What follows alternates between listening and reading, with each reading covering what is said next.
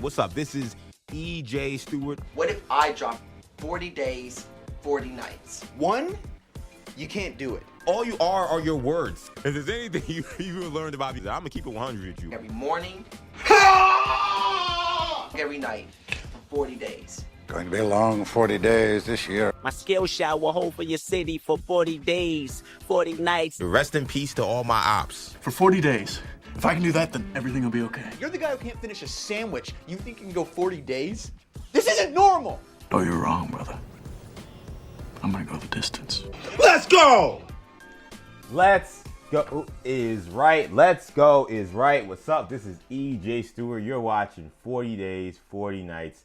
Yes, we're on to night number 19, and boy, is this a good one. We're going to be talking about the NBA Trade Deadline, finally complete.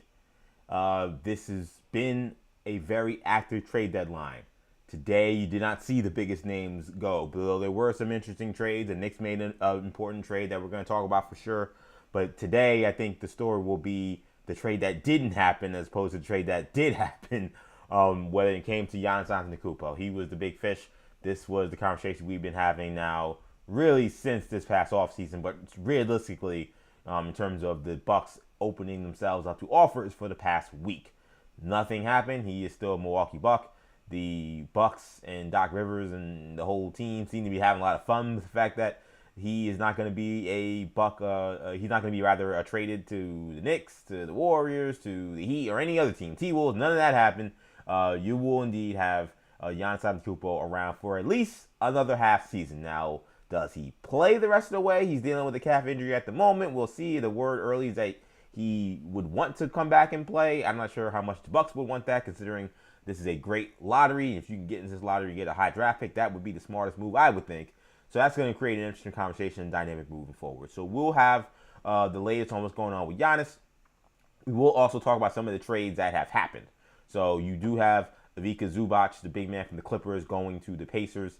That is a significant move because you're talking about the Clippers after kind of the situation they had with James Harden, kind of reassessing, I think, where they are at this point in their season, and they trade off a very important piece to their team to the Pacers. They get in return Benedict Mathurin, and they get 2 first-round picks. We'll get to the details about those picks. One is protected, one is not. The protection's on the one that's for this year.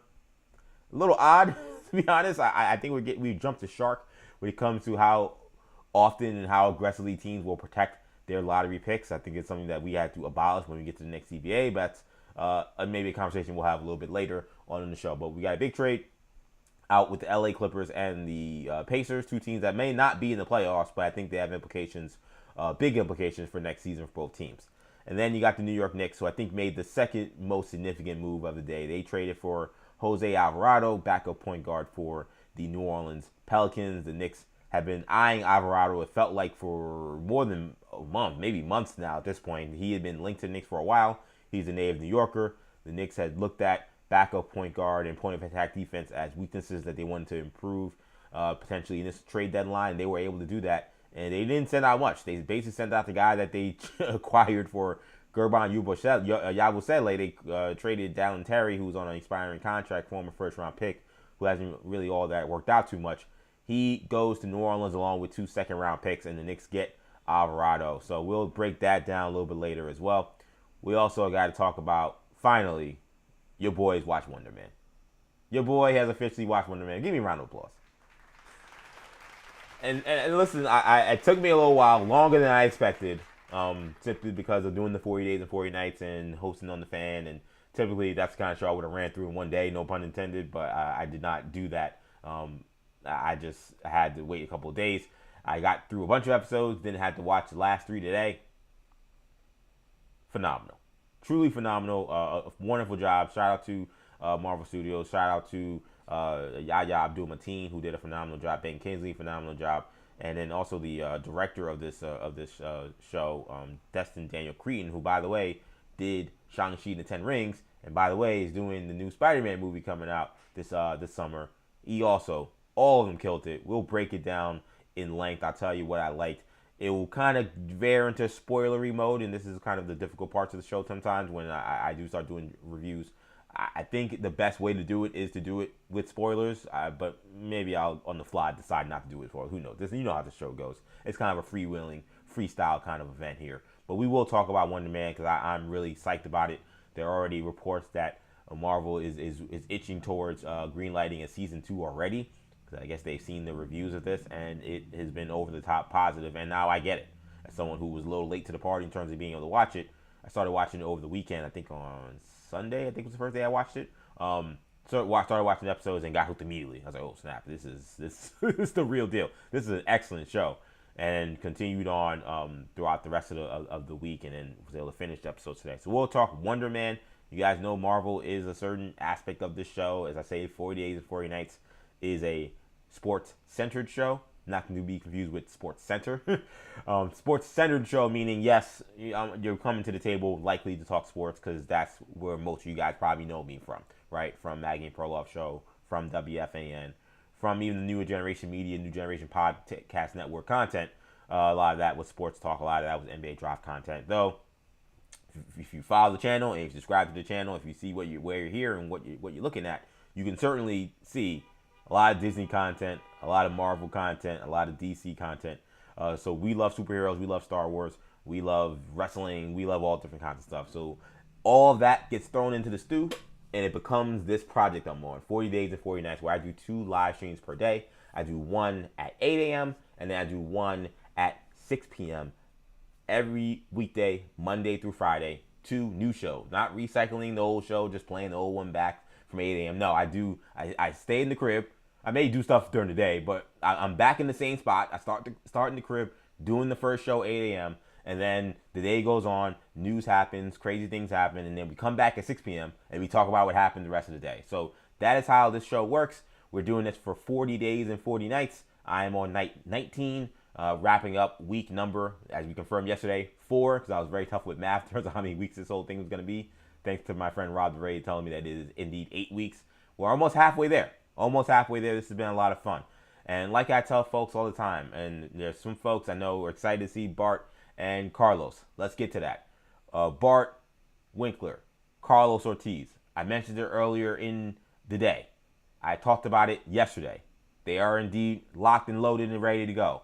They will be joining me at 7 p.m. Eastern Time to talk all things Giannis, all things sports, Super Bowl. I'm sure Carlos is going to want to talk about his Giants. I'm sure he's really excited about John Harbaugh. And we will be talking Marvel because those 2 guys are huge Marvel fans. When I launched this show and I announced the launch of it, one of the first things you saw from my comment section was Bart and Carlos being like, yo, when are we getting on to talk Marvel? And I already had in my mind that Carlos and Bart together were guys I wanted to have on. Because like I said earlier in the day and I said yesterday, number one, they're just 2 great guys, just getting to know them as former colleagues at Infinity Sports Network. I got to work with Bart prior to him becoming a full-time host on there, working on the weekends, and he was always gracious with his time, gracious with letting me get on the mic, and just being an overall good dude. And then Carlos, obviously being a colleague as well, someone who also was a producer, board out behind the scenes, and getting to know him, and he's also a phenomenal dude. I told the story earlier, which I'm sure we'll get to the story tonight as well. I told the story earlier that when I had the infamous patellar tendon knee injury that became conversation and fodder on both Infinity Sports Network and WFAN, Carlos Ortiz and his lovely wife Daisy actually were the people who were able to get me off the field and into a car and back to Queens so I can get to the hospital to my fiance who was able to drive me to the hospital. So I'm indebted to Carlos from that standpoint. He already was a great friend beyond that, but he really showed me his character and just kind of what kind of guy he is by helping me out in that regard. And then beyond that, beyond these guys both being good dudes, they're just 2 awesome talents. If you've listened to the Bart Winkler Show on Infinity Sports Network or any show Bart's been on throughout his career, you know what kind of talent he is. And a lot of you folks who are fans of Bart became fans of Carlos Ortiz because of the work he did on the Bart Winkler Show and them as a tandem. And it was awesome to see, as sad as it was to see the station end the way it did, to see the outpouring of support that both of them as a duo got from a lot of Bart and Bart's supporters and listeners was really beautiful to see. And I was excited to try to be maybe the first person to reunite them, but then I learned, oh wait, they've been doing a show already. So we'll talk about their new show. I mean, Bart has, of course, Into the Winklerverse, which is his YouTube channel, And Carlos and him have been doing weekly shows, a weekday show similar to this, at the national perspective. So we'll get some thoughts on how that show's been going and what they have moving on for the future. And so this is going to be a lot of fun, man. You got me for the next, usually about 2 hours. First hour solo, and then Bart and Carlos will jump in the second half, and we're going to have a lot of fun here. Again, this is 40 Days and 40 Nights with your boy EJ Stewart, streaming live on YouTube. Make sure you subscribe to the channel. New Generation Media is where you'll find me. Subscribe to the channel. New Generation Media is where we're streaming live on YouTube. And like I say always, you can get in the comment section if you could like this video. I hate to do the whole engagement game, but engagement is the name of the game, unfortunately. If you can give me any other kind of engagement, even if you don't want to comment on a sports take or a Marvel take, you want to say, yo, hello, hey, Bart, hey, Carlos, hey, EJ, whatever you want to say, get in the comment section, man. That all helps. We greatly appreciate it. Again, give us a thumbs up and give us a like if you can, watching live on YouTube. If you're watching on X, again, we're there streaming live as well. EJ_Stewart is where you'll find me on X streaming live. Also, make sure you follow all the social media accounts, New Generation Media, New Generation Podcast Network. That's all below on the ticker as well. Also streaming live on Instagram. Action EJ is where you'll find me on Instagram as well. So we're streaming live in 3 spots. I saw the Trans Sports Radio listener put a question already. Does this stream on TikTok too? Unfortunately, it does not.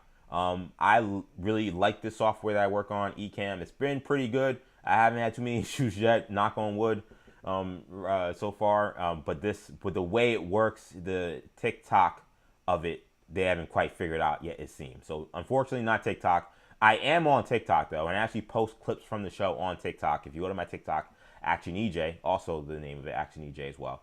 You'll see clips from this show, clips from New Generation Media, and hopefully at some point when Ecamm, because Ecamm's pretty good, where they kind of like update their software and update certain things.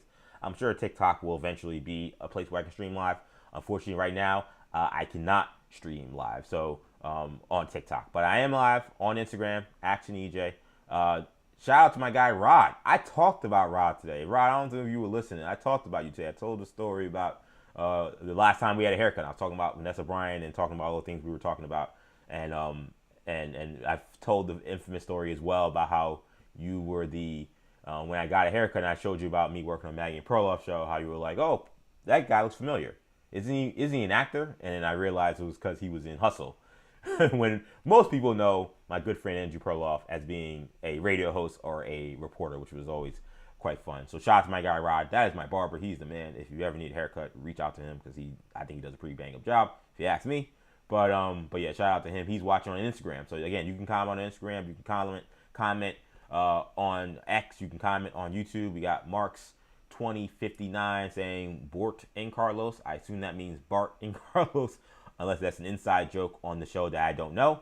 It very well could be, because I know that Carlos and Bart, they both have extensive inside jokes and whole universe within their own orbit. So shout out to the people who are fans of Bart Winkler, fans of Karlos Ortiz. They will be coming up at 7 p.m. Eastern time.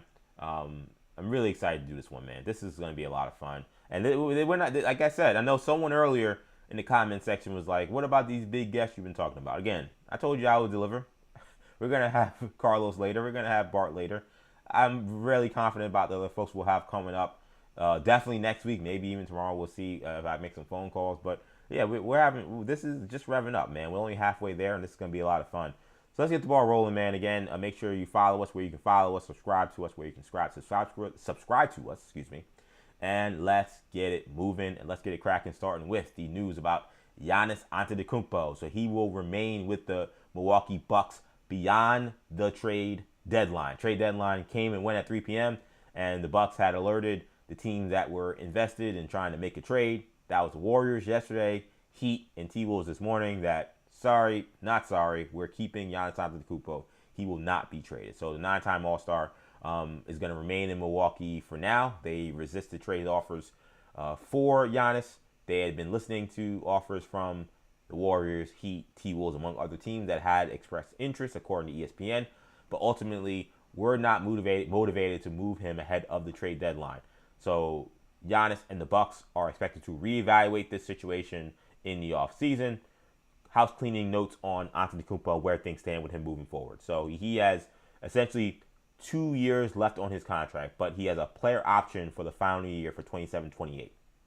He's going to be due $58 million this next season, and then $62 million if he opts into that player option for the second year in 2027-2028. He's eligible for an extension on October 1st, but because he was not traded during this trade deadline, he will not be eligible for a super max extension, because in order to have a max extension, you have to have been with your team for I think 60 days, I think is the exact time or something like that.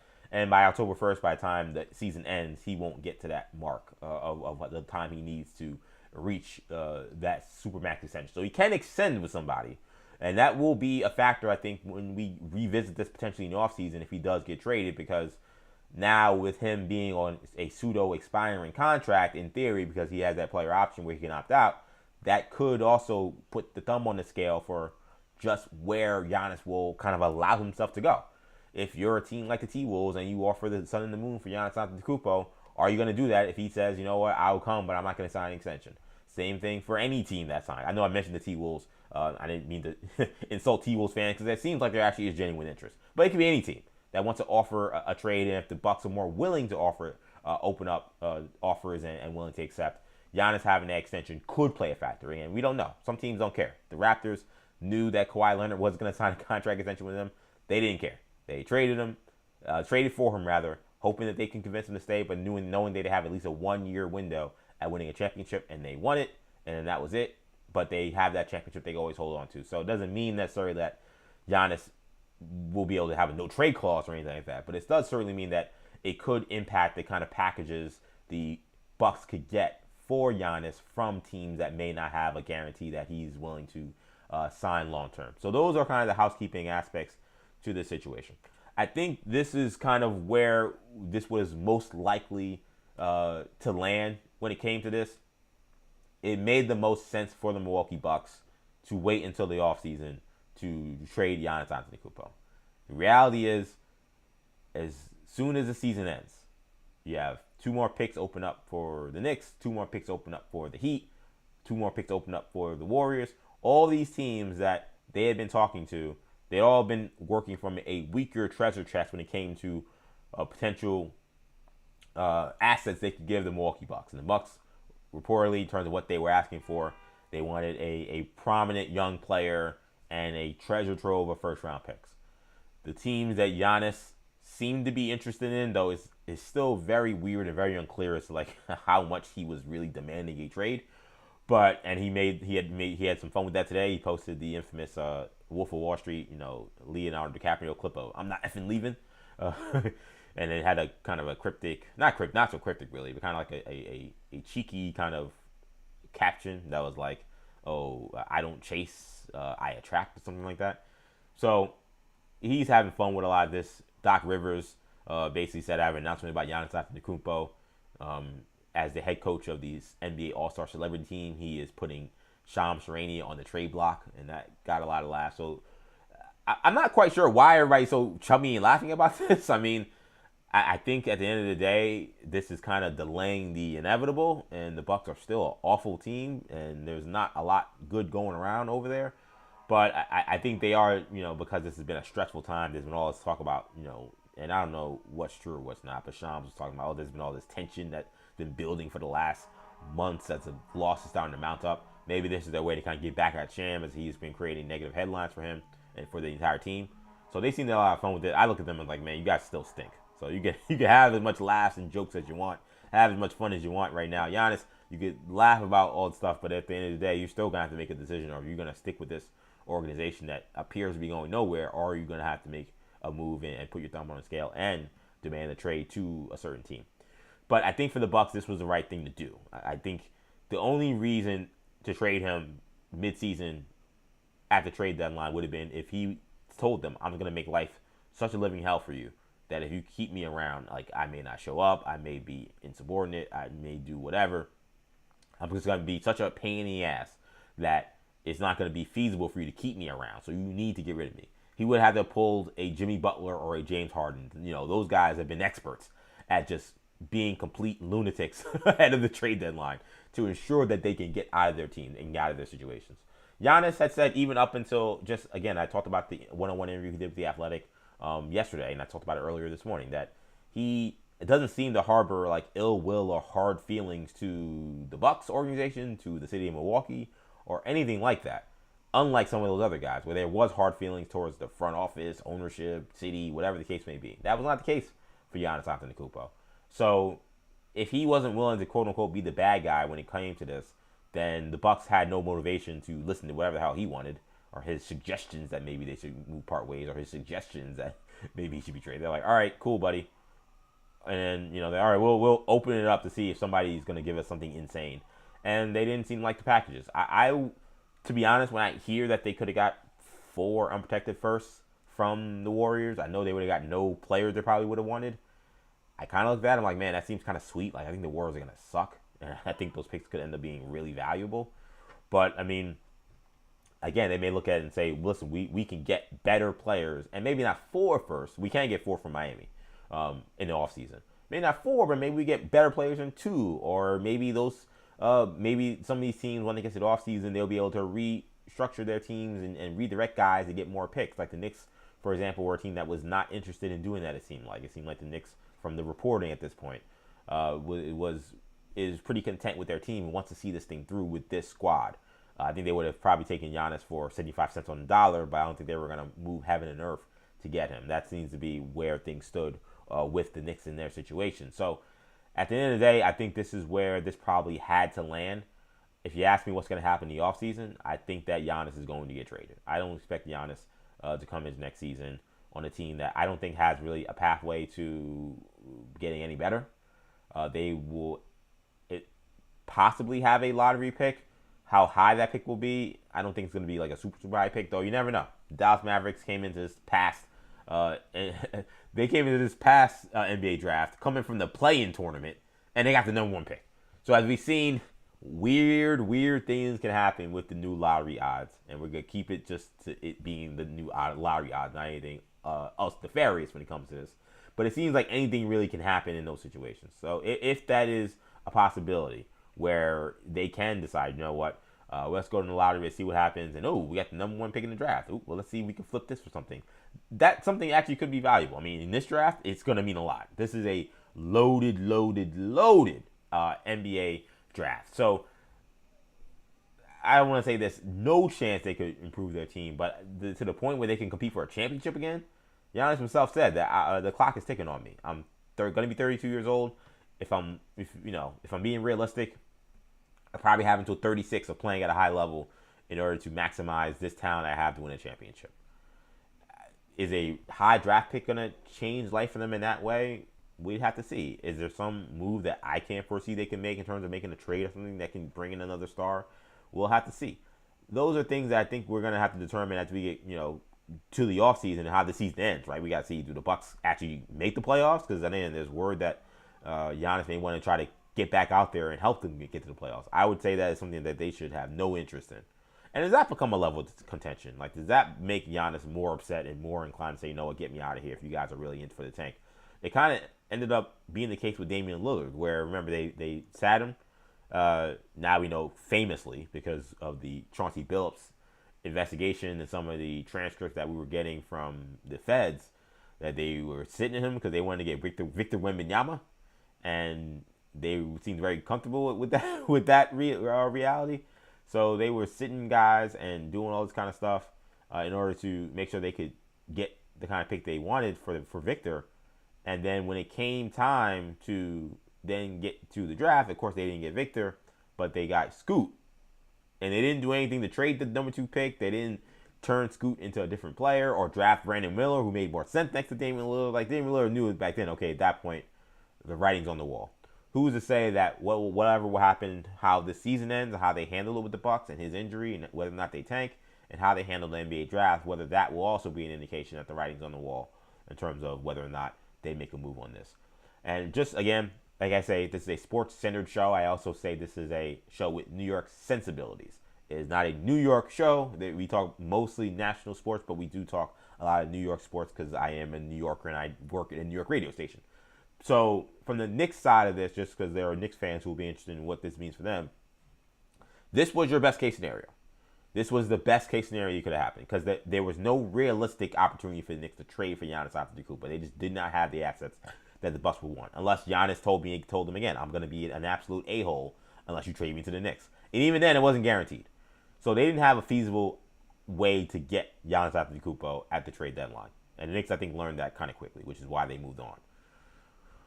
The thing about this, though, is what makes it great for them is what would have been potentially problematic is obviously if he gets traded, that means your opportunity of getting Giannis is over. Now, he's never going to be a Knick, most likely. If he goes to the Heat, that's now a team you have to deal with in the Eastern Conference for the future, but also if he gets traded by the deadline, obviously, for this season. That becomes now a team you have to try to potentially have to face in the playoffs. Or any team he got traded to in the Eastern Conference. Like, the fact that he didn't get traded to any team in the East particularly is also a good sign, because now there's no team that the Knicks now have to worry about in terms of Giannis Antetokounmpo dropping in their lap. And then obviously the Knicks are a team that also sees themselves as a potential title contender. And you talk about the Western Conference teams, you talk about the Lakers, you talk about the T-Wolves, all these teams that maybe would have been interested. Again, if there was some kind of, again, you're getting really ahead of your skis, but any kind of finals matchup, you're also not worrying about, well, this team became a whole different roster as soon as Giannis got there. And now they're a team we have to handle and we're going to have a problem with. So Giannis can't hurt them at all this season. The Bucks are meaningless at this point. They're not going to be a factor in the playoffs or for the rest of the season. So Giannis can't hurt them this season. And then when they go to next year, they will have not a ton of assets, but at least more assets that they could use. And again, with Giannis having a little bit more control potentially with that kind of wand of saying, hey, I'm the guy with the player option, and now you're going to be looking for me to sign long-term probably. I won't sign with any of the other teams potentially except for the Knicks or the Heat or the Warriors or whoever it is, right? He now will hold a lot of power. And if you do believe that these reports that are out there that he's enticed by the idea of going to the Knicks, putting them over the top, and winning a championship for that fan base, if that is something that you believe and then something that is real, then this is what you wanted. You wanted to have him not get traded. So, hey, you could also see if this team can actually do it. Like, there was a massive risk of trading for Giannis as he's dealing with this calf injury. Well, you have, we'll get to some of the injuries they're dealing with, but for the most part, an able-bodied team that, while they played a little streaky, has shown great promise, and you actually never see it through this weak Eastern Conference. So now you get to actually evaluate what this team is in this weakened Eastern Conference that has a Celtics team with no Tatum and a Pacers team with no Halliburton. Can this team get to the finals? And if they do get to the finals, how close are they to a title? They will now have a clear picture of that without the what if of Giannis Antetokounmpo and him being on another team. They could always then explore Giannis more aggressively in the offseason if that is what they want to do. So this was a home run day for the Knicks in that standpoint. And I think for the Bucks, I think this was a smart day. Home run for the Knicks, smart for the Bucks. It did not make sense to me to trade him at this point in time as long as Giannis was not going to be a problem child for them. So he stays. And he stays, and we'll see what ends up happening to the Bucks moving forward. I assume they'll convince him, hey, bro, we can't put you out there. I know he's going to want to play. He may push the envelope, but they got to say, we are in a position where we are a bad team, and this is a loaded NBA draft. And if there's any opportunity we could actually fix this relationship, the only way to fix it is if we don't make the playoffs, and then we can actually get potentially a high draft pick. And I think he's not a dummy. I think he would then realize that. I know he's super competitive, and he talked about how competitive he is in that interview he did with The Athletic this week. But I would not be surprised if he says, all right, fine, you know what, I'm going to rest the rest of the way. You guys do what you got to do. And in the offseason, listen, we may need to make a trade. Like, that's just a reality, right? That's something they may have to consider. So I'm not surprised. It just was a lot of hoopla for nothing. It was a lot of oh, where is it going? Oh, the T-Wolves are being very aggressive, and this team's being very aggressive, and then it turned out to be a nothing burger. Luckily, there wasn't like there were not other trades that happened over the course of these last few days. Who would have thought James Harden was going to get traded? I know Jaren Jackson was kind of on the block, but I don't think it was a surefire thing he was going to get traded, right? But he gets traded. The Celtics make a big move for Vucevic. So it wasn't like we got nothing during this trade deadline, but the biggest fish in the pond, he ends up staying with the Bucks. Let's go back to the chat here. We got Transport Radio saying Giannis doesn't seem to have the type of personality to force a trade. That seems like the case. That definitely seems like it. Now, I don't know if he was in a situation that was worse. Would he be more of a guy that would be willing to force a trade, right? Like, if the Bucks had not won a title with him, had they not, had this special relationship with the city and him, and remember, they brought him here, as an immigrant from Greece, right? And this is his first exposure to America. Like, there's a special bond between Giannis and the Bucks organization and the city of Milwaukee that perhaps some of these other stars that have demanded trades did not have. So, and then he won, which was a big thing, right? How many of these guys we talk about that have demanded trades didn't actually win where they were? Like, Jimmy Butler didn't win with the Heat. He didn't win with the T-Wolves. Harden didn't win with the Rockets, the Nets, the Sixers, or the Clippers. Kevin Durant did not win with the Suns or the Nets, right? Like, those teams, those situations, the losing sparked the I need to get out of here, attitude, right? Giannis, he's losing right now, but he has a title, and he won with the team he was drafted by. So he doesn't have seem to harbor that ill will that perhaps other teams do, where they feel like, hey, like, I had the opportunity to win a title, and you guys have kind of squandered it, and I gotta get out of here. And if you're holding me hostage here, I gotta be, I gotta be abrasive and maybe be a jerk a little bit and cause some chaos in order to get myself out of here. Giannis, he has the ring. He's had a great career with the Bucks. There, in theory, is no reason to be hostile unless they are completely unwilling to actually give him what he wants, which he's being very weird about it. He's like, I want to be with the Bucks, but I want to win. I'm like, all right, well, that's not going to happen. So what do you want now that we know that's not going to happen? He keeps trying to, like, mince words and kind of get around the issue, which is that he can't win with the team that he's playing with currently, so therefore he feels like he has no choice but to look elsewhere, which is the truth, which is the reality, which is absolutely the situation. So with that being the case, we know the next step is, all right, well, now he's got to get traded. Now, where does he want to go? All that stuff's going to get figured out in the offseason. Again, I don't think this is the end of this story, but at the very least, it's the end of the story for this trade deadline. Before we get to the trade that did happen, one other trade that didn't happen, by the way, again, make sure you follow me on XEJ_Stewart, where we're streaming live as well. One trade that didn't happen as well was Ja Morant. Ja Morant is all this talk about how much the Grizzlies had given up on him and they were super willing to move on. And the Jaren Jackson trade seemed to certainly indicate, okay, like, we need to tear this thing down, tear it up, and restart. And we've already traded our all-star forward. Now let's trade our former all-star guard, who's problematic, who seems to want out, and is just really had a true downward spiral to his career. The problem with that was, despite the willingness, you got to have two to tango in any trade, and it seems like no one was all that interested in trading for Ja Morant. So we did see some reporting saying that they were looking for, at the very least, a first-round pick for him. If that's the case, I'm sorry, that's ridiculous. I think if that is true, that the Grizzlies were looking for a first-round pick for Ja Morant, and that's why he is still on the team, that is a complete failure from the Memphis Grizzlies front office. And now, they come back in the regular season, or in the offseason, and they're still able to get that first-round pick, then maybe I'll have to eat some crow.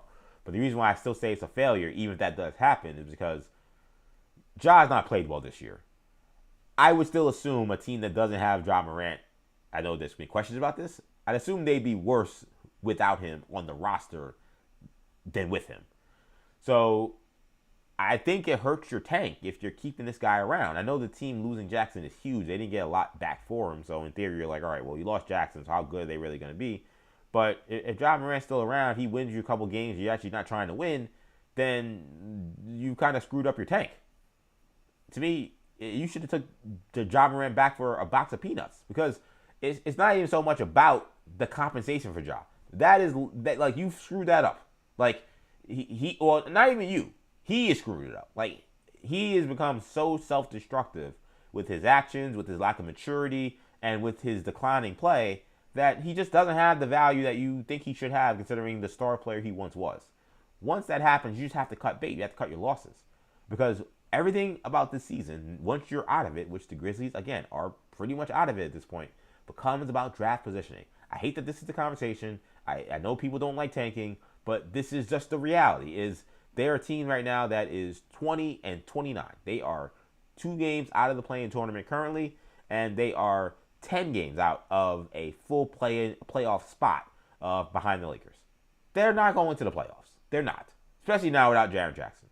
So if you want to make it a real race to the bottom, you're going to have to give up a guy like Ja Morant, even if you get back a box of peanuts. Again, that's probably good, because now you can catch up to some of these teams that are below you, right? Like the Jazz, they just got Jaren Jackson. In theory, that's a team you probably want to fall behind in the standings so you can get ahead of them, as the Jazz put together some wins probably to figure out the rest of the way. They're no longer tanking, right? You want to get behind the Dallas Mavericks, where they're currently a game and a half lower than you in the standing. You want to get behind some of these teams so you can improve your draft odds, so you can hopefully get one of these blue chip prospects coming out in this draft. Darren Peterson, AJ DeBonsa, Caleb Wilson, Cameron Boozer. These are the guys you want. You can't be worried about a future first round pick for Ja Morant, and you don't even know what the value of that's going to be. What matters is Cameron Boozer. What matters is AJ DeBonsa. What matters is Darren Peterson. And if you're doing anything to hurt your chances of getting those guys, then you're failing. So for the Grizzlies now, again, if that is true, if it turns out they were willing to take much less and nobody wanted them, then again, like, there's not much you could do. But I saw the Grizzlies wanted a first round pick for Ja Morant. I'm like, what year is it? What are we doing here? I mean, that's completely unserious behavior by the Grizzlies to say that Morant at this point you think is still worth a first round pick. It's not about the first round pick anymore. It's a sunk cost. You drafted him high. He's turned out to have too many issues that haven't really allowed him to be the guy they want. And now he's a guy that doesn't have a lot of value. The team that's going to take him is going to be a team that's going to be taking a complete flyer, hoping that he could get to a new city, new team, new environment, and hopefully he can mature. They're taking him at his lowest value, which means, no, you don't get a first-round pick. The Wizards didn't give up a first-round pick for Trae Young. Trae Young has none of the off-court baggage that Ja Morant has. You could argue, you want to argue he's a slightly better player, okay, sure. But they're kind of similar players, kind of similar spots in their careers, and they have no value. They had to take back C.J. McCollum and Corey Kispert. That's the kind of trade you should have been looking for. How are you waiting for a first-round pick for Ja Morant and you don't get him, so now somehow he's still on the team? Like, it's silly work by the Grizzlies. And beyond even that aspect of it, again, like, he seems like he doesn't want to be there, and it seems like he's kind of been like a negative influence just around the roster. Like, I know you want to lose games, but do you really want, like, your young players to be around this guy at this point for another 2 months of a season that's dead? No. I mean, that's I don't know what the Grizzlies were doing. I can't believe this guy is still on the team. I'd almost consider cutting him. I don't know what is. Before I say that, I would be curious what Ja Morant's contract is. We saw Cam Thomas today just got cut. Right now, he was on a 1-year deal, so that was a little different. But the Nets tried to trade him. Nobody wanted him, so they were like, F it. Like, what are we doing here? We don't want to win, and he's not part of our future. Let's just move on and get rid of him. So they just cut him. Let's see what Ja Morant's contract is right now. So he has 2 more years of fully guaranteed money left. I mean, I would have considered. You can't cut him with 2 years left. I think you have to wait till at least next year to see if you can get something for him, if somehow he's still on the team. So maybe not with 2 years, but you got to get rid of him. I mean, again, that's clear and obvious to me. I don't know how we got to this point where you have him still on the team. I just, a poor job to me by the Grizzly organization from that standpoint. I just had to make sure I got that in there before I moved on, because I saw that and I'm like, are they serious? Ja Morant's still on the Grizzlies?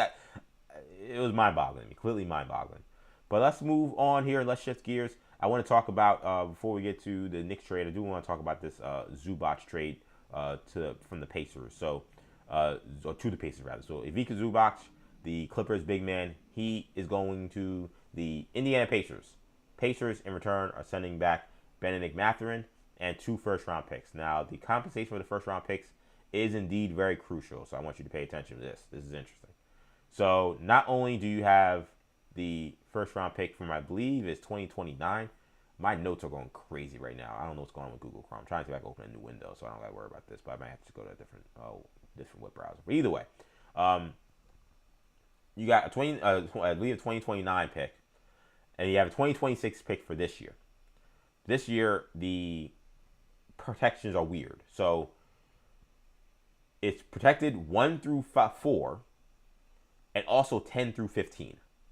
So, if this first-round pick for the Pacers, who are one of the worst teams in the NBA, if it lands in the top 4, it stays with the Pacers. Also, if it lands between 10 and 15, it lands with the Pacers. So, there's just little sweet avenue of between 5 and 9, where if it lands between 5 and 9, the Clippers will get the pick. If that does not happen, then this will become a 2031 first round pick. So when I first heard about this trade, I'll be honest, when I first heard it, I was like, I don't know, like, why the hell would the Clippers agree to this? To me, I know they traded James Harden, but I didn't think James Harden being traded had anything to do with Ivica Zubac. Like, Zubac to me should have been their franchise center moving forward. I think that's how they viewed him. He's still pretty young. He's in essentially the prime of his career. His contract's not all that ridiculous. What was the problem? Why would you trade him? I didn't really understand it.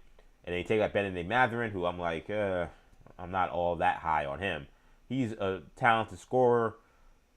He hasn't been the greatest defender, and he's kind of a volume guy. And it's still unclear whether or not he has a one-on-one bag to really be that kind of isolation scorer. So, as a guy to take a flyer on, but for you having a true solid center who's not just good offensively, also great defensively, it seems like a big price to give up. And then you see what they get back, you say, okay, I get it. Because if you can turn Ivica Zubac into even the 5th or 6th pick in this draft, that's still a pretty good pick and a pretty big win. Because I think that this is a draft in terms of potential stars. If you go into every draft and say, how many potential all-stars are there? It depends on each year, but if you get a draft where if you get 4 all-stars in a draft, you're very lucky. And that's a pretty good draft. I look at this draft, and I think there's a chance there's like maybe 6, 7 potential future all-stars in this draft. I don't think this is a draft where it's like, oh, if you're outside the top 4, then you're lost. Like, yes, those are the top guys, right? I mentioned Peterson, Boozer, Dabonsa, and Wilson, right? Like, okay, I get those are the top 4 guys. But I look at the rest of the big board, and I look at the rest of these guys that are up there, and if you can get Keaton Vogler, if you can get Kingston Fleming, if you could get the point guard from Arkansas, I think is really good. Like, this is not a 1 or 2 Darius Acuff I was talking about. This is not a 1 or 2 player kind of draft. Michael Williams, I know he's been a little banged up from Louisville. A man who I watched a little bit. He's extremely raw, but he's starting to play well and come into his own a bit as well. This is a deep draft. This is not a 4-player draft. So a little bit risky, I think, from the Pacers to potentially lose a first-round pick from this year, and essentially all of this tanking would have been just for Ivica Zubac. That feels it's a good move. They needed a guy who they could replace the guy they had, they replaced Miles Turner. That's essentially why they did this. Miles Turner shocked them when he went to the Bucks in free agency, and they kind of were stuck holding the bag. They really didn't have a replacement ready to go. They didn't have a guy that they were looking at to replace him. They're not in a salary cap positioning to sign anybody from that point. So they got screwed by the Miles Turner situation. So this is a great pivot. I mean, he's not the three-point shooter Miles Turner is, and his Miles Turner's three-point shooting definitely certainly was an impact for the Pacers. But he is, in my opinion, way better around the basket. I think he's a better all-around defender. Even if he's not the natural shot blocker, he's a much better defensive player all around. He's arguably like an all-NBA type defensive player at the center. He kind of reminds me of Marc Gasol in that regard, in terms of just how he directs traffic, how good he is protecting the paint, protecting the post. He's phenomenal. Zubac is a excellent center, averaging about 14-11 this year. So it's a good pickup. But did you give up a future all-star for him potentially? You might have. And I'm not talking about Mathurin, I'm talking about that pick that they gave up here. So that's the thing. Now, I want to say this real quick. We have to abolish trade protections for draft picks moving forward. I'm sick of it. Because this is nasty. I've never seen this before, where it's not just, one slot. Like, typically it's like, it's top 6 or top 8 or top 4. So it's just simple. All right. If you're not in the top 4, then you lose your pick. If you're not in the top 6, you lose your pick. Now we're playing roulette with the NBA draft lottery with these trades now, where it's like, let's see where it goes. If it lands between 5 and 9, then it actually goes to the Clippers. I'm like, what? We jumped the shark here. This should not be allowed. I'm sorry. I think this is utterly ridiculous. And I was one of those that I've been leaning towards. Yeah, maybe this should, at the very least, greatly amend it. Today was the day I was like, get rid of this. This is nonsense. Like, if the Clippers are going to make a bold trade, the Pacers are going to make a bold trade where they give up a pick from this year, they shouldn't be able to try to play with a little strike zone of like, well, if we somehow actually start playing really well, because now we have Ivica Zubac, and we land 10, we want to keep the pick too. No, that's not how it works. Do you want to tank? Or do you want Ivica Zubac? You can't have both. And the fact that we're now actually, because of the way the pick protections work, we're protecting tanking. You protect the Pacers from tanking because they could lose as many games as they try to, but if they somehow start winning, they can somehow still keep their pick. And then with the situation with the Wizards, how, again, they're in a spot where the Knicks have their pick if it lands outside the top 8, so they get Anthony Davis to say, sit down, buddy, you're not playing. Trade for Trae Young, sit down, buddy, you're not playing. Because we need to make sure we ensure that we lose as many games possible so we don't lose our pick. This is utterly ridiculous. Like, what are we doing? The NBA's lost the plot when it comes to this. So I hate that aspect of it. In terms of, again, just the nature of the trade, I get it from the standpoint of the Clippers when I saw that. I didn't get it when I first heard it. I was like, why would you get rid of Ivica Zubac? Like, okay, this team may be cooked, but like whoever the 2.0 version of the Clippers are, once Kawhi is gone, it's still probably going to have Zubac. So what the hell are you getting that's going to be worth it? All right. A dart on the lottery board to see if you could land between 5 and 9 and hope that you can get one of these stud freshmen. It's enticing. I would have done it. I'll be honest. I would have done it. Now, the Clippers, they still had not shot at the playoffs. It's a little hard to see that now. I mean, I don't think Harden for Garland, I don't think is a super downgrade. Obviously, losing your starting center, who's such a great defensive player and so important to them, for Mathurin, who's talented but doesn't do the things Zubac does, that is a pretty big downgrade. I think now you kind of have to say Clippers may be kind of cooked when it comes to playoffs. I'm surprised that they didn't put Kawhi in the market today.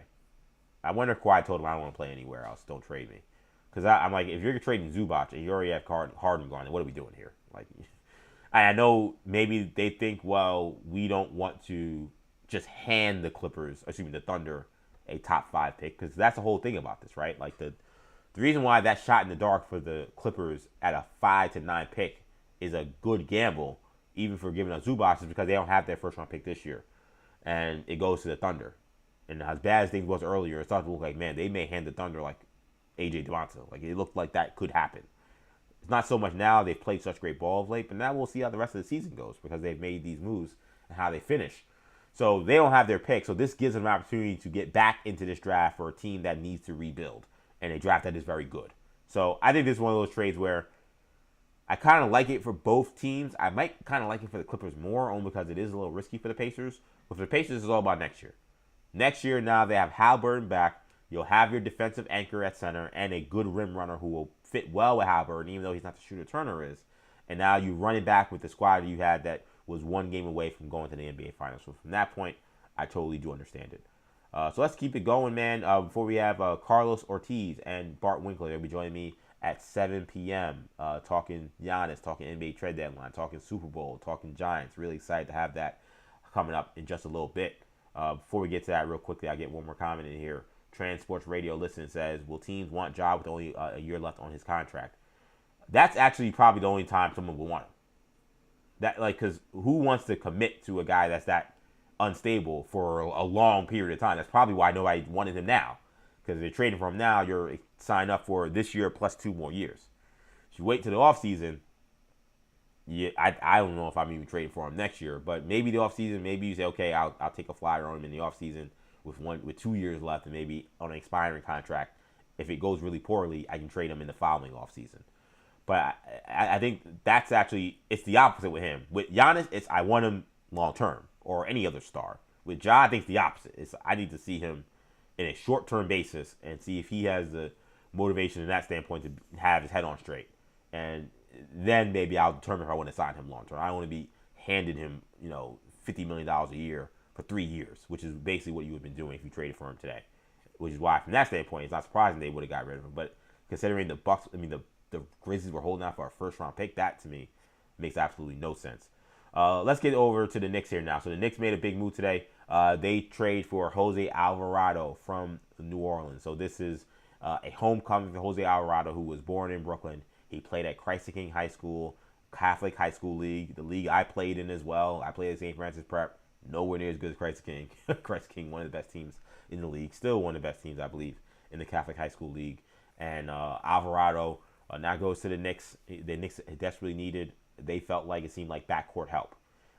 We know how much they rely on Jalen Brunson, especially come playoff time, and him being the engine and the floor general. Secondary ball handling had been a problem for this team for basically Jalen Brunson's entire time here. And the trades that they made to get Wingstop in here, OG Anunoby and Mikal Bridges, that wasn't going to help that because those guys aren't really secondary ball handlers. And Deuce McBride kind of come into his own as a backup shooting guard, who we'll get to in a second, also didn't help, right? So they were playing Tyler Kolek, who had shown spurts of looking like he was maybe the guy. And I kind of jokingly, every time Kolek played well, kept posting the Colin Cowherd post of Jose Alvarado. We're all good here. Tyler Kolek is here. That was, of course, his Ben Simmons rant about how we didn't need LeBron anymore because Ben Simmons is about to take over the league. That didn't age well. Just like my Jose Alvarado, we don't need you anymore. Tweets didn't age well, which is kind of the point of the joke. But nonetheless, this is a really good move for the Knicks. They only give up Dallin Terry, who they acquired for Gershon Yabusele, and 2 second-round picks, meaning they had to give up nobody from their rotation, nobody that's been currently playing well on the team that has won 8 games in a row. And this is a guy kind of has the infectious energy, the New York energy, New York grit that absolutely embodies what Knicks fans love, what people typically love about the New York Knicks, and what people love about this team when they're playing right, that they are this gritty, this tough, this physical team. And you're bringing in a guy who is the epitome of, it's not about the size of the dog in the fight, it's the size of the fight in the dog, because this kid is a pit bull. The way he picks up full court, the way he can defend, we saw him get into a fight with, what was it, Mark Williams, where he's throwing haymakers. Like, he's a tough guy, and he's not a tough guy like a crazy, like a Dylan Brooks or Draymond Green, like dirty. He's just like he mixes it up. He's not gonna back down, and to me, that's the kind of infectious energy I think this Knicks team could definitely use. Like, one of the things I kept mentioning was how much I could not stand how the team allowed Karl-Anthony Towns to be trash talked and disrespected by Draymond Green again for the second year in a row, and nobody threatened to give one of these little headlocks to Draymond Green. Even just the threat of it. Just NBA fights don't happen. Like, just pretend like you're going to do something, right? The fact that Draymond Green was able to talk crazy and do what he wanted and nobody backed up Cat, that PO'd me and that PO'd a lot of Knicks fans, and apparently PO'd people in that building. Some people were not happy with how Mike Brown handled that and how he was being chummy with Draymond Green. This guy is not going to do that.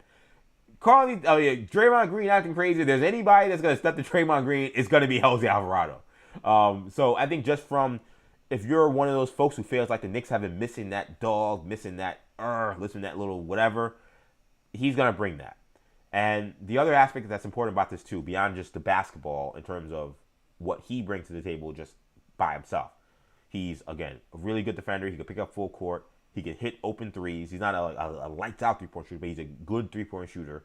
So you're not going to lose anything in terms of putting him out there offensively. And he's a true floor general, ball handler, and he's somebody that's going to be able to deliver the rock to guys. He's not going to be someone that's only looking for his shot. So he's in many ways a perfect fit for this team. Did they have to word also that Deuce McBride's going to be out for a considerable amount of time? He could miss the rest of the regular season. He has a core injury that's being described as something similar to a sports hernia. He's going to have surgery tomorrow. The good news is his season is not completely over, but you won't have him for the regular season, which is a blow because Deuce McBride has been playing extremely well. He had been developing into one of the best three-point shooters in the NBA. I kind of was hoping he may be able to compete in the three-point contest because that's how well he's been playing. That's not going to happen because of this injury. So that was a blow. That was a blow for sure. Bringing Jose Alvarado kind of softens that blow because they're not the exact same player, but Jose Alvarado brings a lot of things Deuce McBride brings. He can pick up full court. He can be a point of attack defender. He can hit open shots. So you lose Deuce, but you add Jose Alvarado, you don't lose as much. And then if Deuce comes back into the fray, in the playoffs when they'll need him, Alvarado will be fully up to speed, and those guys may end up being the backup backcourt for this team. So this was a really solid move. The Pelicans were in a situation where Alvarado has a option year coming up. So they probably didn't want to pick him up at that point in time. So they're thinking, you know what, let's just cut bait with us. He doesn't want to pick up his option. So we're going to be smart here, and we're going to just decide, let's move on. Let's take whatever we can get. They're taking 2 second-round picks. That's really the crux of this because Dallin Terry is a expiring contract. We'll take our 2 second-round picks, and we'll keep it moving. But for the Knicks, I think there was a lot of concern when we talked about whether they can get Alvarado. It was what it would cost someone like Landry Shamet, who, if you watched the game last night between the Knicks and the Nuggets, for those who maybe don't watch the Knicks regularly but then watch them on national TV, you saw how valuable Shamet is to that team. Landry Shamet who's been on a minimum contract for 2 years in a row now, has at multiple parts of both of these seasons shown that he actually is a guy that can contribute. And this year he's getting way more time to play under Mike Brown as opposed to Tom Thibodeau.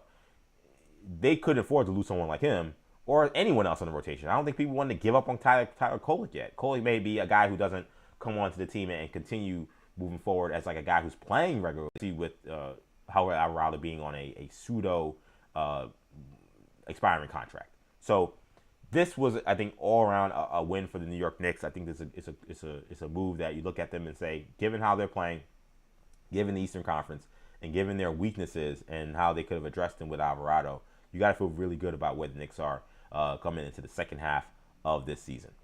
Okay, I promised that they would be here. It is 7:01 Eastern Time, and they are both here. Very excited to have both these guys join me. We have my guy, Bart Winkler, and we have my guy, Karlos Ortiz, both here from Into the Winkler Verse.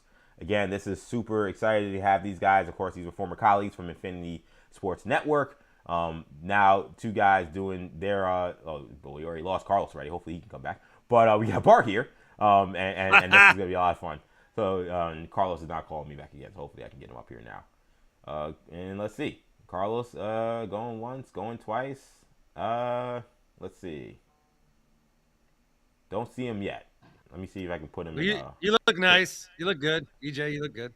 Thank you. I think I look pretty good for myself. Thank you so much. And thanks so much for joining me, Bart. Hopefully we'll have Carlos on soon. It's been a while, man. How's it been going?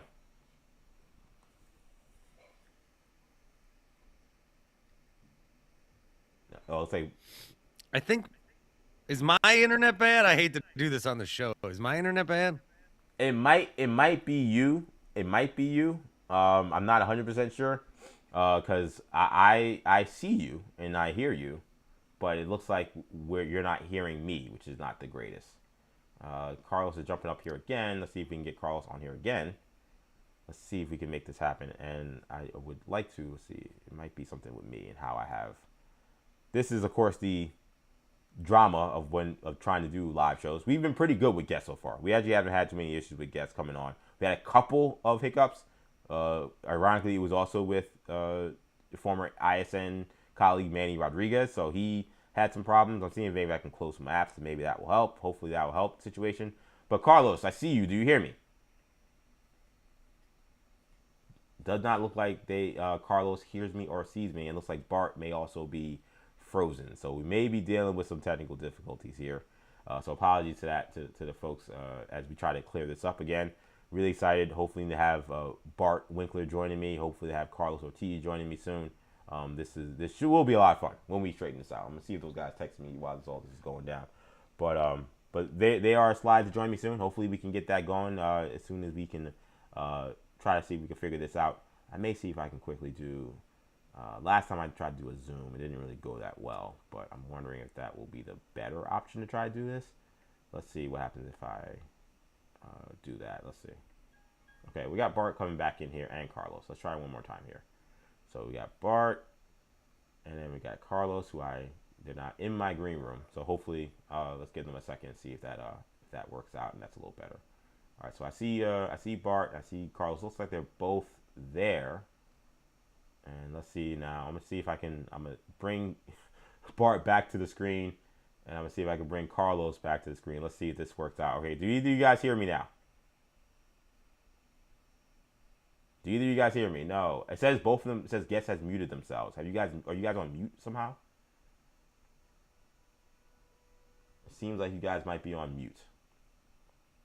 That would be unfortunate. Yeah, you guys are, it says you guys have muted yourself. You guys don't hear me? You don't hear me? No? I don't think Bart hears me. I don't think Bart hears me at this point. No? Nothing? Nobody hears me? Bart, Carlos, Bueller. We heard Bart earlier, so we had audio, but we don't have. And Carlos I guess he's not hearing me. I assume they're not able to see me. I'm gonna do something that I don't want to do, but I might have no choice. I'm gonna see if I have to kill. Sorry if you're watching on Instagram Live. I may have to turn you down just because that could be part of the reason why this is going super slow, and I'd rather make sure we get Carlos and Bart on rather than not. So I'm gonna see if that helps the situation. So yeah, Carlos just texted me that it's freezing. So I'm gonna try one more time. Let's see if this helps. Again, apologies if you're on Instagram Live and we lose you because you may not be able to see me at this point. So let's take down Carlos one more time, and let's see if maybe that helps the situation. Again, this is 40 days and 40 nights, trying to get my guys Bart Winkler and Karlos Ortiz onto the show. Let me see if we can get Carlos on here now that I'm doing this differently. Carlos, okay, so he's up now. Let's see if I add him, and let's see what happens. Carlos, do you hear me? Yo. Hey, okay, 1 for 2. I had to close an app. I think that was a me deal. Well, I think it's what ends up happening is if I have a lot of things going. I got a sound machine. I see you got a sound machine going. I got a sound machine. I got a couple of apps going. If a certain amount of apps are going at the same time, my computer doesn't like it, I think. So we got you in the fold. Hopefully we can get Bart Winkler, and Bart's calling now. Let's see if we can get this going here. Let's see if we got the party going, okay? I'm going to add now Bart, and let's see. All right, Bart, do you hear me? Yeah, what was going on, man? All right, we did it. We did it. I'm glad I figured that out on the fly. Trust me, I was doing this the last time. I had the issue twice. Once with my brother, Kendall Stewart. He's been on almost every week. 2 of the 3 weeks, it was good. One wasn't. And I had the same issue with Manny Rodriguez, who both you guys know. And neither time we were able to figure out what the issue was. Today, I think I may have figured it out. So I'm very happy, and I'm very happy we're to get you guys on. Bart Winkler, Karlos Ortiz, both from Into the Winklerverse. Of course, that's Bart's YouTube channel. You guys do the natural perspective. Really exciting that you guys are still working together, doing your thing. That's really exciting. And thanks for coming on. I really appreciate it from you guys. Carlos? Bort? I like that we're all geared up in our team's swag tonight. I mean, it is it is NBA Trade Deadline Day, so why not? Apparently, EJ is on Team X-Men, which will be on Team Avengers coming theaters in December, which I can't wait to get into that nugget. Yeah, we definitely got to talk Marvel. Yeah, I feel like I missed the memo. If you guys would have said, hey, we're wearing team gear, I would have had my Knicks shirt on. Would have been all good to go here. But no, it's really cool that you guys are here. It's cool that you guys have been doing your thing. Again, you guys had an incredible run on Infinity Sports Network, like most of the other shows as well. And a lot of folks were really excited when I announced yesterday and this morning that you guys are going to be on. So I was very scared when we were having connective issues, but it seems like we're good now.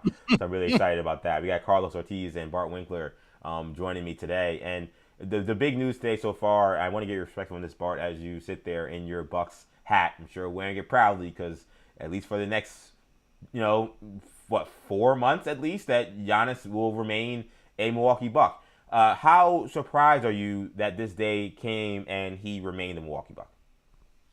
I'm not totally surprised because this has happened 30 other times with whether it's been the trade deadline or the offseason or at the beginning of the season. So I think there's a couple different ways to look at it. I'm now seeing a lot on the internet from especially teams that feel jilted.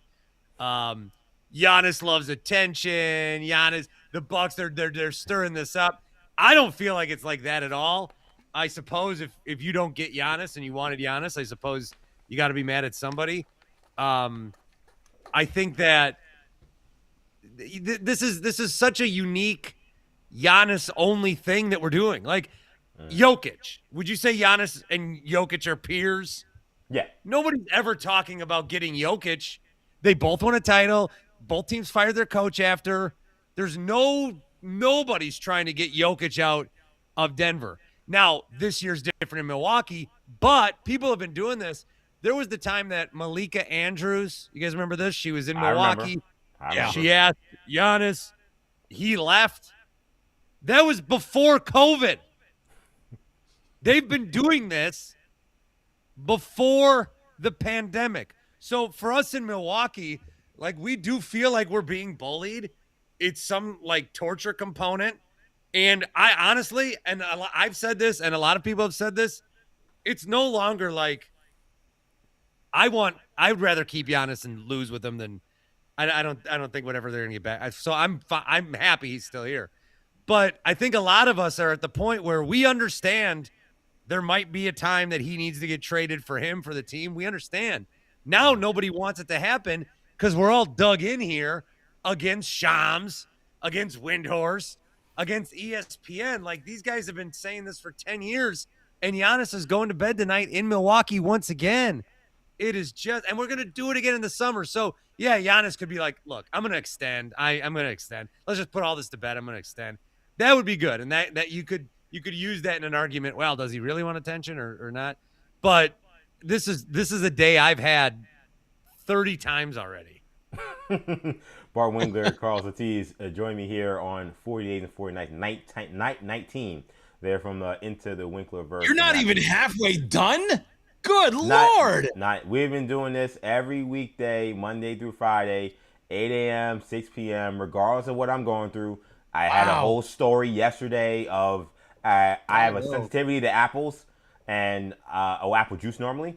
And I ate some apples, so I thought, well, usually apples I'm fine. Turns out I wasn't fine. Woke up sick and was late to the show, but damn it, the show happened. So nothing has been stopping, knock on wood. Nothing's been stopping 40 Days and 40 Nights. Again, we're not halfway through, but by the end of the week, we will be halfway through where we're doing this twice a day. One at 8 a.m., one at 6 p.m. You guys have been doing you guys' show Monday through Friday, doing the national perspective. Carlos, just how has that been?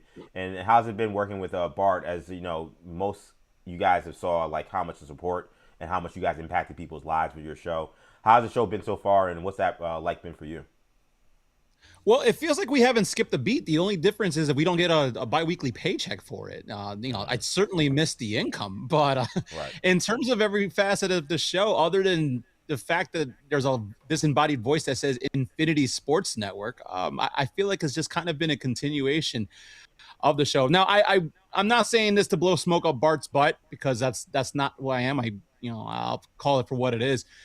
The chemistry and how quick Bart and I have been able to jive together is unlike anything that I've had in this industry. Now, I find that I can relate to a lot of people. I've been fortunate to have a bunch of stops, but Bart is the first guy where it's like almost like off rip.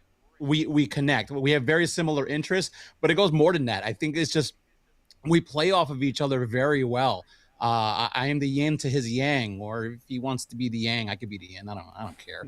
But no, I've been very fortunate enough to link up with Bart. Although I wasn't the first choice. That happens quite often in this industry. I find that the national perspective, as he calls it, is Into the Winklerverse. It's fun. It's just like pulling up to the bar and having a drink with your buddies, except I don't get to drink on the stream, but I'm very happy to.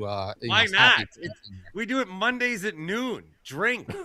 Yeah, it's at noon. I'm gonna go to the gym in like 6 hours after I do the stream. I can't just get blasted. Okay. No. Your problem is because you're working weekends, yes, with Westwood One. Yes, I am at Westwood One Monday. Our Saturdays and Sundays. Listen between the hours of 1 and 8 Eastern. The days before and after that, I don't care. So then during the week, you're going to the gym every day? Monday through Thursday. Brother, I'm down 30 pounds, man. Listen, I know you're great. yeah. Your face looks great. You look great. I've been Your seeing face him. looks great. Carlos, say something. he posts the videos. I've been seeing Carlos getting after it. Like, I've been going to the gym not Monday through Thursday. I've been going more partly motivated by what Carlos has been doing. So I know he's getting after it. Like, I know he's here. He would be at the gym if it wasn't for the show. So I greatly appreciate him being on the show, because I know he definitely grinds, man. But it's great that you guys have been working together again and continuing to do the thing. Because again, I think the whole station, we're there in debt to everybody for pieces of their pie and what you guys were doing. We kept hearing in the morning just like how much like people love you guys' show. People are in our YouTube chat talking about the shows from last night. I'm like, you guys like coming in our chat talking about Bart and Carlos. They must have had a damn good show last night. So it's great to see you guys working together. Great to have you guys here. I got my guy. So Carlos, you come in here. You got your Bulls gear on. That's right. I have Chicago loyal, Wisconsin, Milwaukee loyal rocking with me here. Bulls had an interesting trade deadline. I really don't know kind of what to make of it. You obviously you move on from Vucevic. You move on from some of the younger guards you had, and you bring in like some guys. 9-1 at one point this season. What the hell happened? Yeah, they started Sorry. off the season. They started off the season with 8 straight wins, and then they realized, oh wait, we're gonna. And this was back when we were employed. I kept telling you, watch the inevitable 500 skid. They're gonna lose like 5 in a row. They're gonna get right back to where they were destined to be in the last 3 to 4 seasons, which is number 10 in the play-in. And you know what? You don't know what to make of this trade. I'll fill you in as being the Chicago guy. This is Carson Novus. I've always butchered his last name wrong, and I don't care because Arturis is, Farturis is what we've been calling him. But he's better than Garpax. Anyway, he's finally realizing they got to stop being mid, and not even mid. The ceiling for the Bulls has been losing to the Miami Heat in the first game of the play-in. So rather than having your wheels stuck in the mud, they're like, all right, let's get rid of all of these guys at expiring deals. The only move that really hurts me is Kobe White. But the organization didn't want to pay him possibly a max, especially after giving Josh Giddey all that money. So now they're going to give Giddey and Buzelis the runway to kind of make this their own team, stock up on as many picks as possible. But let's call it for what it is. It's a total rebuild. They are not going to contend in the East. They haven't been contending in the East for the last couple of years. They've decided we're just going to go ahead and take a 2-3 year reset, accumulate as many draft assets and as many expiring deals as possible, and then just rip this to the studs. And hopefully they have a good draft and kind of rebound for it. But right now, Kobe White's gone. We flipped a guy to the Knicks. Jesus. Yeah, Jaden Terry. Yeah. Yeah, and now he gets flipped to get Jose Alvarado. So I think that's a great deal for you guys. I got no problem with the Knicks. I got zero problem with the Bucks. There was a small rumor that Giannis might be coming to Milwaukee. I knew that was never going to happen. The Bulls are going to blow Chicago, no chance. Yeah, Chicago, no right? chance. Yeah. No way. Yeah. But I'm fine with it. I'm tired of being in playing. Let's go ahead and get a lottery pick and retool in the draft.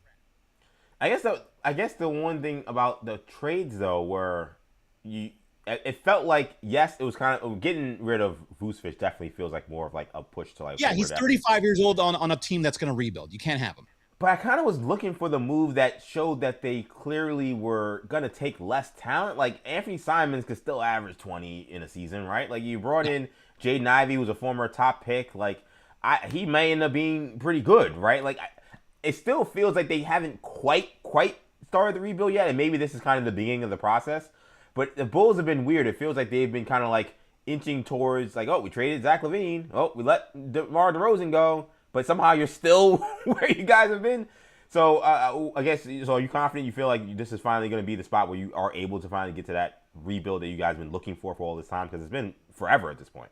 Yeah, it's been forever. I mean, honestly, the last Bulls team that's been a contender was, I'm wearing it. This is when Derrick Rose was on the team and they went to the Eastern Conference Finals and he blew out his knee. Like I said, they've been stuck in the mud for, it seems like forever. Really a boat without a rudder. So now that they have a direction, I confidently feel like this is where they've looked themselves in the mirror. They're like, we cannot win with this group. Arturis met with the media earlier today and pretty much identified who is going to be the core players. I like Jaden Ivey. I think they just had too much of a log jam in Detroit, so maybe a change of scenery does well for him. But I think a lot of these guys that they traded for aren't going to be here long term. Simons, I believe, is going to be a free agent. The Bulls should have right of first refusal, but they're not going to keep all of these guys either. You have a roster with like 7 guards. And nobody other than Zach Collins is over 6'9". So this is a poorly constructed roster, which means absolutely they're in it for the tank. And good on them that they finally have a direction. Karlos Ortiz, Bart Winkler with me here. Bart, I want to go back to the Bucks real quick because how do you see the Bucks playing this out the rest of the way with Giannis? Like there's been kind of a back and forth. First it was said, well, it's expected that he won't play. But then there's word that Giannis may want to try to play to get to the playoffs. We see the Bulls moving towards more of a tank. Do you want to see Giannis take the floor again this year, knowing that maybe it's the last time? But again, you guys have dealt with this before, as you mentioned earlier. Do you want to see him play and try to make a playoff push, or we prefer that they sit him the rest of the way and say, you know what, we're going to go into the tank and try to get a high draft pick?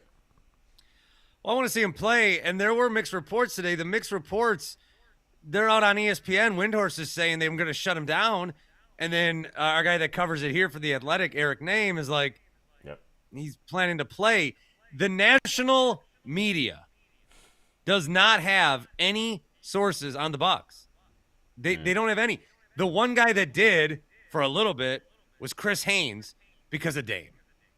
Nobody is giving. John Horst isn't leaking. The Bucks aren't leaking. Giannis, nobody's leaking. They're making stuff up on ESPN, reports that are getting refuted hours later. So I expect Giannis to play. I think the Bucks I hate that I even I'm going to look, but they're 2 games out of the play-in spot? Yeah, I mean, like that, yeah. This is a very unfamiliar territory for them. They do have a pick that could be a lottery pick because there's a swap situation. I heard you talking about swaps before. They are so stupid. It's so hard. You're never going to get casual to get excited when they don't understand. Like, if this was the NBA draft, Carlos and I are wearing hats, but I'd be rooting for the Spurs and he'd be rooting for the Wizards by the end of the night. Makes no sense. But I think he'll play. I think you can't tell Giannis not to play. He's going to want to play. And I think that they're at home a lot. The schedule lightens up. I want to see them in the play-in tournament. I've never experienced that. I know, Carlos, you have a million times. Yeah, you can have it. But I also want to do what the Mavs did. I want to win that first play-in game and then lose the second one so you still get in the lottery, which should not be legal. That's so stupid. But yeah, I don't think the Bucks plan should be, all right, Giannis is still here. We want to give him an extension. Let's figure out from now until then, what other pieces can we add, knowing that we're going to have a pick. So I think there should be a more long-term approach. What are they going to do this season? I don't care. They're not going to win the title. They're not going to be a top 4 seed like they've been. Again, the play-in thing would be a nice, just different sort of novelty for us to experience. But I don't care. They're not going to win. I don't care. There's nothing in me that cares.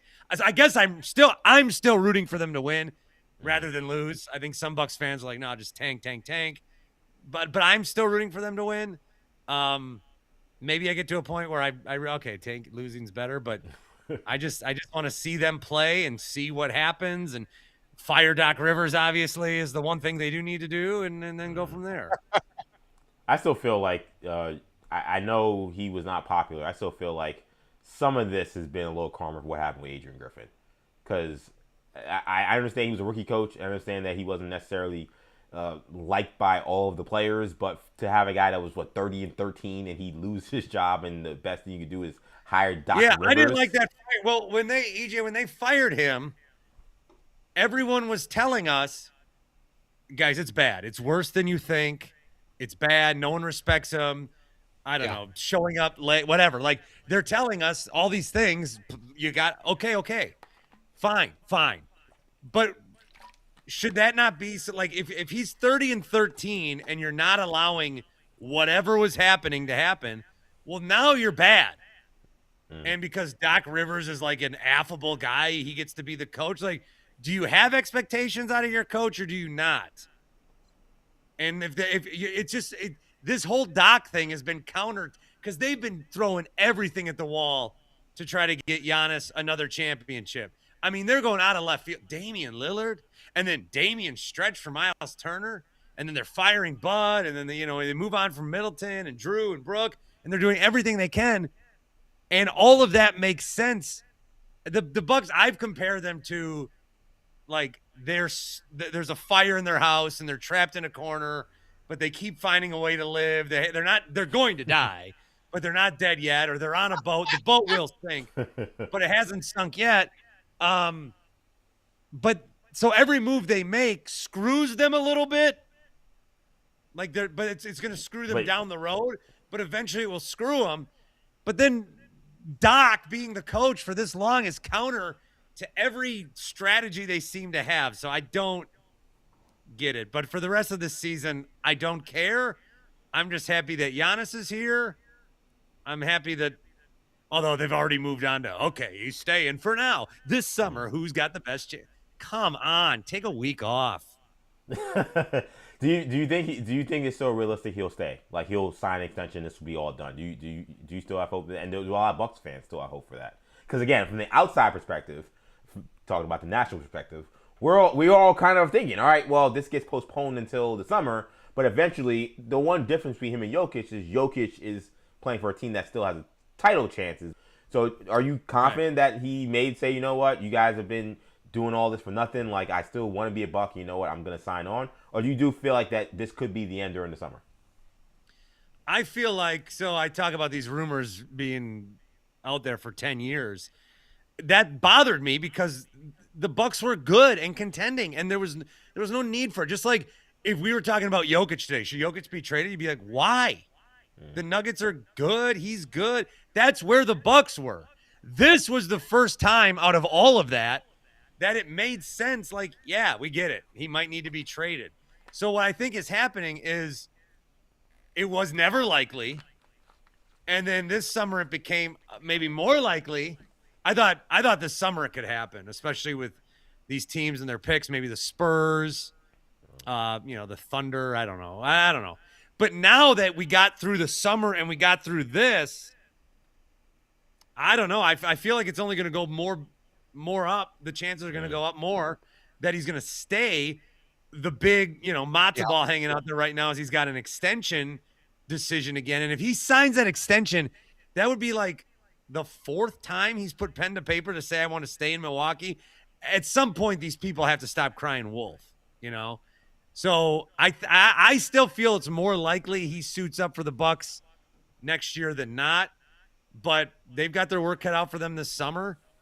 I would have liked to seen something happen today. Like Kuzma is about to be an expiring deal, and Portis is, I don't know, he stinks. Kevin Porter Jr. is erratic. There's a lot of guys that don't need to be. Like, if the Bucks win a title again with Giannis, I don't know who on this team right now is going to be on that podium with him. Bart Winkler, Karlos Ortiz from the Into the Winklerverse joining the show. Phenomenal duo, formerly from the Bart Winkler Show on Infinity Sports Network.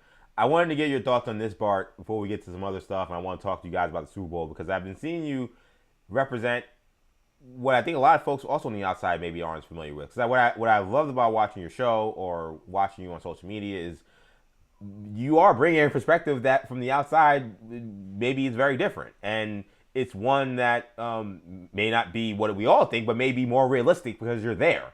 And one of those things is the apathy towards Matt LaFleur, the head coach of the Green Bay Packers.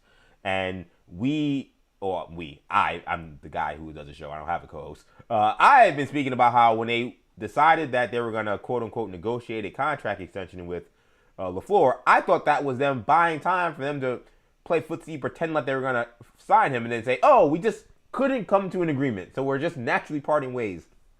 It seemed like that was the playbook. I thought it was clear as day, because when you lose a playoff game the way it is the Bears in such embarrassing fashion, and you lose with the offense going silent again, it felt like this would have been the moment to potentially move on from Matt LaFleur. So why is he still the head coach? Simple question. Well, I think that the bar has been lowered here. Fans are not like I'm out. So I posted the other day because he's at his brother's introductory thing in Arizona. And I said, what are you doing there, dude? I said, you got to be at least a perennial 5 seed to be there, not a perennial 7 seed. Like, what are you doing there? My Matt LaFleur hatred does not play well around here. People do not like it. Other Packer fans do not like it. Packer fans, I don't think this is totally Wisconsin, but certainly Packer fans, the aggregate of all Packer fans don't want to think. They don't want to be sad. They don't want to be mad, and they don't want to be pessimistic. They just want to think that it'll all turn around because, of course it will. We're the Green Bay Packers. But then when they're not as good as they could be or should be, then they move the goalposts. They push them back. Because in the beginning of the year, they lose to the Browns, and I've already had enough of LaFleur. It wasn't just, they lose to the Browns. I've already had enough. I've been on this for a while. So they lose to the Browns. There's no direction. Everything sucks. And I got people telling me, they're 5-1, dude. Shut up. And then they lose another game. Bart, they're first place in the North. Shut up. And then they lose, they lose that. The Bears take over. Bart, they're still going to be a playoff team. Like, people are moving. I don't get it. And I saw somebody, Packer guy who's out there this week, he says it's Aaron Nagler. He's cheeseheadtv.com. I think he's great. but he's at the Super Bowl and he's walking around and people are like, what is the deal? Why don't people like Matt LaFleur? He's a good coach. And one of the things that Nagler had said in his video, which I'll probably quote tweet later and get in a fight with other Packer fans, is look around the league. There's a lot of coaches. There's 10 new coaches. There's a lot of guys that are dumb. So right now, I think the best argument to keep Matt LaFleur is it could be worse. And I don't think that's an argument. That's not good enough for the Green Bay Packers. And I will be entitled on them. I think I should be. They had Rodgers and Favre. All right, I do this bit all the time, and you're going to get it. You see this little thing behind me? This is 4-time Super Bowl champions. And it's got tickets and a picture from every Super Bowl. My wife, who I think was my girlfriend at the time, she bought me this during the 2011 season, which they ended up finishing 15-1. And I thought, honey, this is a great gift, but it is going to be useless, if not this year, very, very soon. All right, so that was 15, 16 years ago. They haven't been back to the Super Bowl since. They lost to Carlos' stupid Giants. That's right. Yes.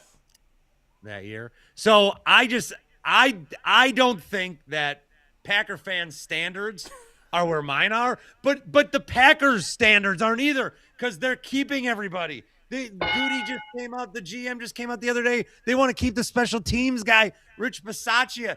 The special teams are abhorrent here. So what I've determined is that the Packers are not that good. They're good enough. And for the Packers, that's good enough because they don't want it to be worse. They're worried a change would be worse, and they're not thinking maybe a change will be better. So I don't know. I don't think they're going to win a Super Bowl with them. And if they do, I'll have to come up with some way to talk my way out of that, but I don't like them. Come after me. Go, Pack, go. I was looking for that drop. I don't have it. I got it here. Bart Winkler, Karlos Ortiz joining me. Carlos, I got to get to your Giants. It's been a big offseason for them. They have their new head coach, John Harbaugh, so they did make the tough change. I don't know how tough it was to fire Brian Daboll mid-season. And then they obviously didn't keep Kafka, and now Harbaugh is in. One of the I like the Harbaugh hire. I thought it was a good move. I wanted McCarthy, but I think they needed to get an adult in the room. Whoever the head coach was had to be someone with experience. You wanted McCarthy? I wanted McCarthy. I forgot. I have a Green Bay Packer. So that I makes love it great. that. I want McCarthy. I want McCarthy back. Yeah. And I'm a Jets fan, but I was like, they need someone who's an adult who can coach offense for Jackson Dart. So I thought he was the perfect fit. But you got Harbaugh, okay, not an offensive coach, but an adult in the room and a guy with a championship ring. So I think that he commands respect. The one thing about this, though, now you got your offensive coordinator being Matt Nagy. Yeah. You got Denard Wilson, who is not inexperienced. He has been a defensive coordinator in the last 2 years, but it was in Tennessee, which is almost like not coaching in the NFL. One of the things Harbaugh had problems with was with the last coordinator hire he had was Zachary Orr, who was inexperienced, who basically tanked the Ravens' defense the last 2 years. So are you still feeling as good as you were when Harbaugh got hired the day that happened, after now seeing who his coordinators are going to be? Because I thought Todd Monken, if you could have brought him in, he would have been a brilliant guy to help develop Jackson Dart. Yeah, and I think the pivot to Matt Nagy was, I don't want to say a panic move, but it certainly wasn't plan B. It seemed like plan A, B, and C was Todd Monken.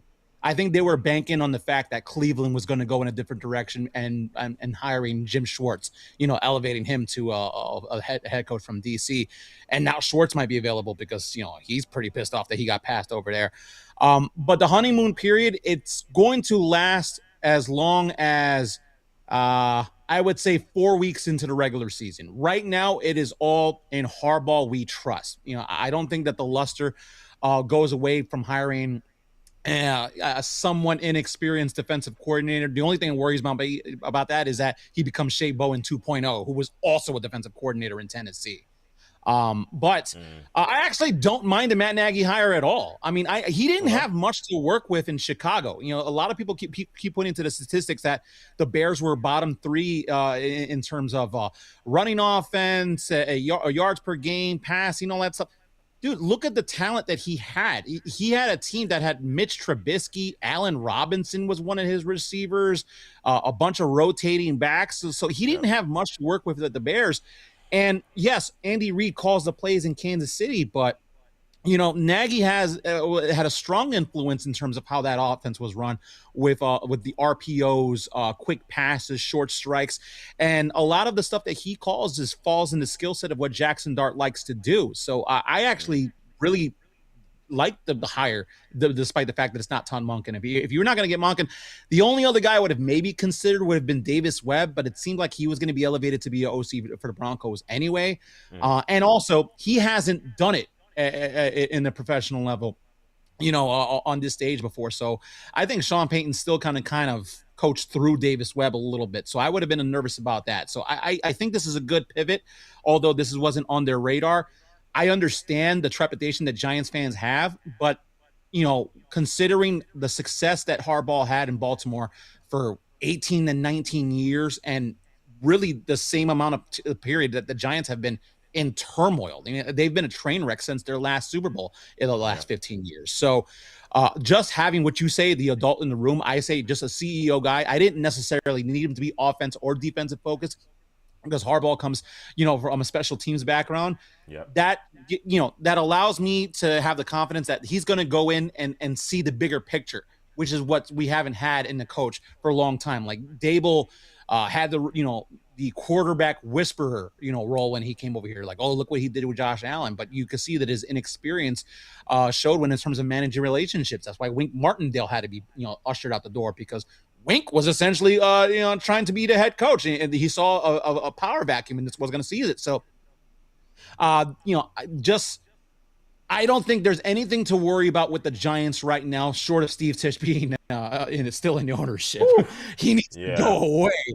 But right now, I think we're cool with what Harbaugh is doing in terms of building his staff until Jackson Dart has like a bad game week 3, week 4. That's when the honeymoon's over. Yeah, I mean, 4 games as a honeymoon is short. This is a team that, basically had to crawl their way to 4 or 5 wins this year. Like, it's an interesting division and league because the Commanders fell off a cliff this year. I really don't know what to make of the Cowboys, and the Eagles, super talented, but older and seem to also be kind of in turmoil. So I kind of see where the Giants see that there's a vacuum to potentially be a much better team. But I've been kind of looking at living. I said, to me, if they win between 6 and 8 games, I feel like that's probably like a pretty good season. That's what I've seen. But I've seen some Giants fans saying playoffs or like at least 9 wins, which that's a lot of games. You would be good with 8 wins with a new head coach. I thought 8's pretty good. Where the Giants a second-year starter who was hurt. Dude, with all of the pieces that this team has on both sides of the ball. Now, listen, they need another receiver, and I don't think bringing back Wan'Dale Robinson on a high price deal is going to be enough to give attention away from Malik Neighbors. It's not like they're completely devoid of talent. Coaching was a major issue for the Giants the last couple of years, and really proper roster construction. Now, Joe Shane has done some good things. I actually would have preferred to see him get fired. Truth be told, I didn't want Shane to get extended. That being said, it's not like he struck out every single draft. There is talent on this team. I fully expect the Giants to make the playoffs. Now, I'm not going to go crazy and say they're going to win the division because, the Eagles are still there as much as we think that they might be in flux. I think the Eagles are still going to be dangerous. The Cowboys are the Cowboys. They're not going to get out of their own way, but they're going to try to spend money. So the Cowboys will be there. The Commanders' free fall needs to be studied. I don't think they're sniffing 500 again this season. It's not going to be about health. I think Jaden Daniels is definitely taking a step back, and now he's going to have another coordinator in his career with Cliff Kingsbury out. So I think the Giants can get one of these wild cards easily. I'm fully expecting playoffs. Wow. And what I'm hearing, Carlos, is also what I've been hearing on the fan, which is I've kind of kept the expectations, again, 6 to 8 wins, you feel good. I've heard Giant fans calling me saying, I think we can make the playoffs. I think the NFC is a bear. And that actually kind of, no pun intended. No pun intended with that. You play that here real quick. Nope, doesn't want to play. The Bears are who we thought they were. Thank you. But no, I mean, the NFC is a bear, no pun intended. So it's the East, that's why I said the East looks maybe not as hard as it's been in recent years, But the North is very difficult. The West is very difficult. South is the South. We know the South, again, is almost like not in the NFL. But those other two divisions have 3 or 4 really good teams. So that was where I was like, I don't know if the Giants can jump those teams. Let's say if they jump the Cowboys and jump the Commanders, or they jump in the Lions, or they jump in the Rams, or they jump in some of the teams in the West, the 49ers. Listen, like, no shit to Bart. All they got to do is jump the Packers. Well, no, look, if you're a Giants fan and you're excited and you think the playoffs are a possibility and maybe more, that's probably where I'd be at a Giants. I would be like, whoa, Harbaugh, we're getting this guy back, this guy. But I would still think the playoffs would be like, I wouldn't start thinking playoffs until week 9, week 10, and we're like 6-3 or something. I'm looking in to get playoff tickets right now. Now, I think where the ceiling is going to be for this team is getting knocked out in the divisional round. Win a wild card game. Now you've got them winning a game already. And the winning game. Win a wild card round, and that's it. This is not like the play-in tournament. I know you're familiar with the play-in tournament, Carlos, where you play kind of another scrub team. Like, I can't wait to not watch this. You could be playing against the number 2 team in the NFC in theory, and that's the team you're saying you're going to win in order to get to the next round. That's what you're saying. Brother, I seen this franchise go against an undefeated team. I fear nothing at this point. That is fair. I got my guy Bart Winkler Karlos Ortiz joining me from Into the Winklerverse. I got to get you guys on the Super Bowl real quick, and we got some important business to talk about with Marvel. But before we get to that stuff, Super Bowl is this week. I've said from pretty much... Yeah, I know, right? To be honest, what's been fun... The Seattle Seahawks. What's funny about this week is... we're all used to doing weekly shows, but because I'm not working the Super Bowl, I'm like, oh, I get to actually talk about something else besides like hearing from Dan Marino, which is great. We get so mad that the NFL is trying to take over Christmas, which they have. Oh yeah, but this is the Super Bowl week, and all we're doing is talking NBA. I know, and I feel the freedom to do it. I don't think, don't be surprised if the Super Bowl, if they, move away from the trade deadline, because they're getting killed.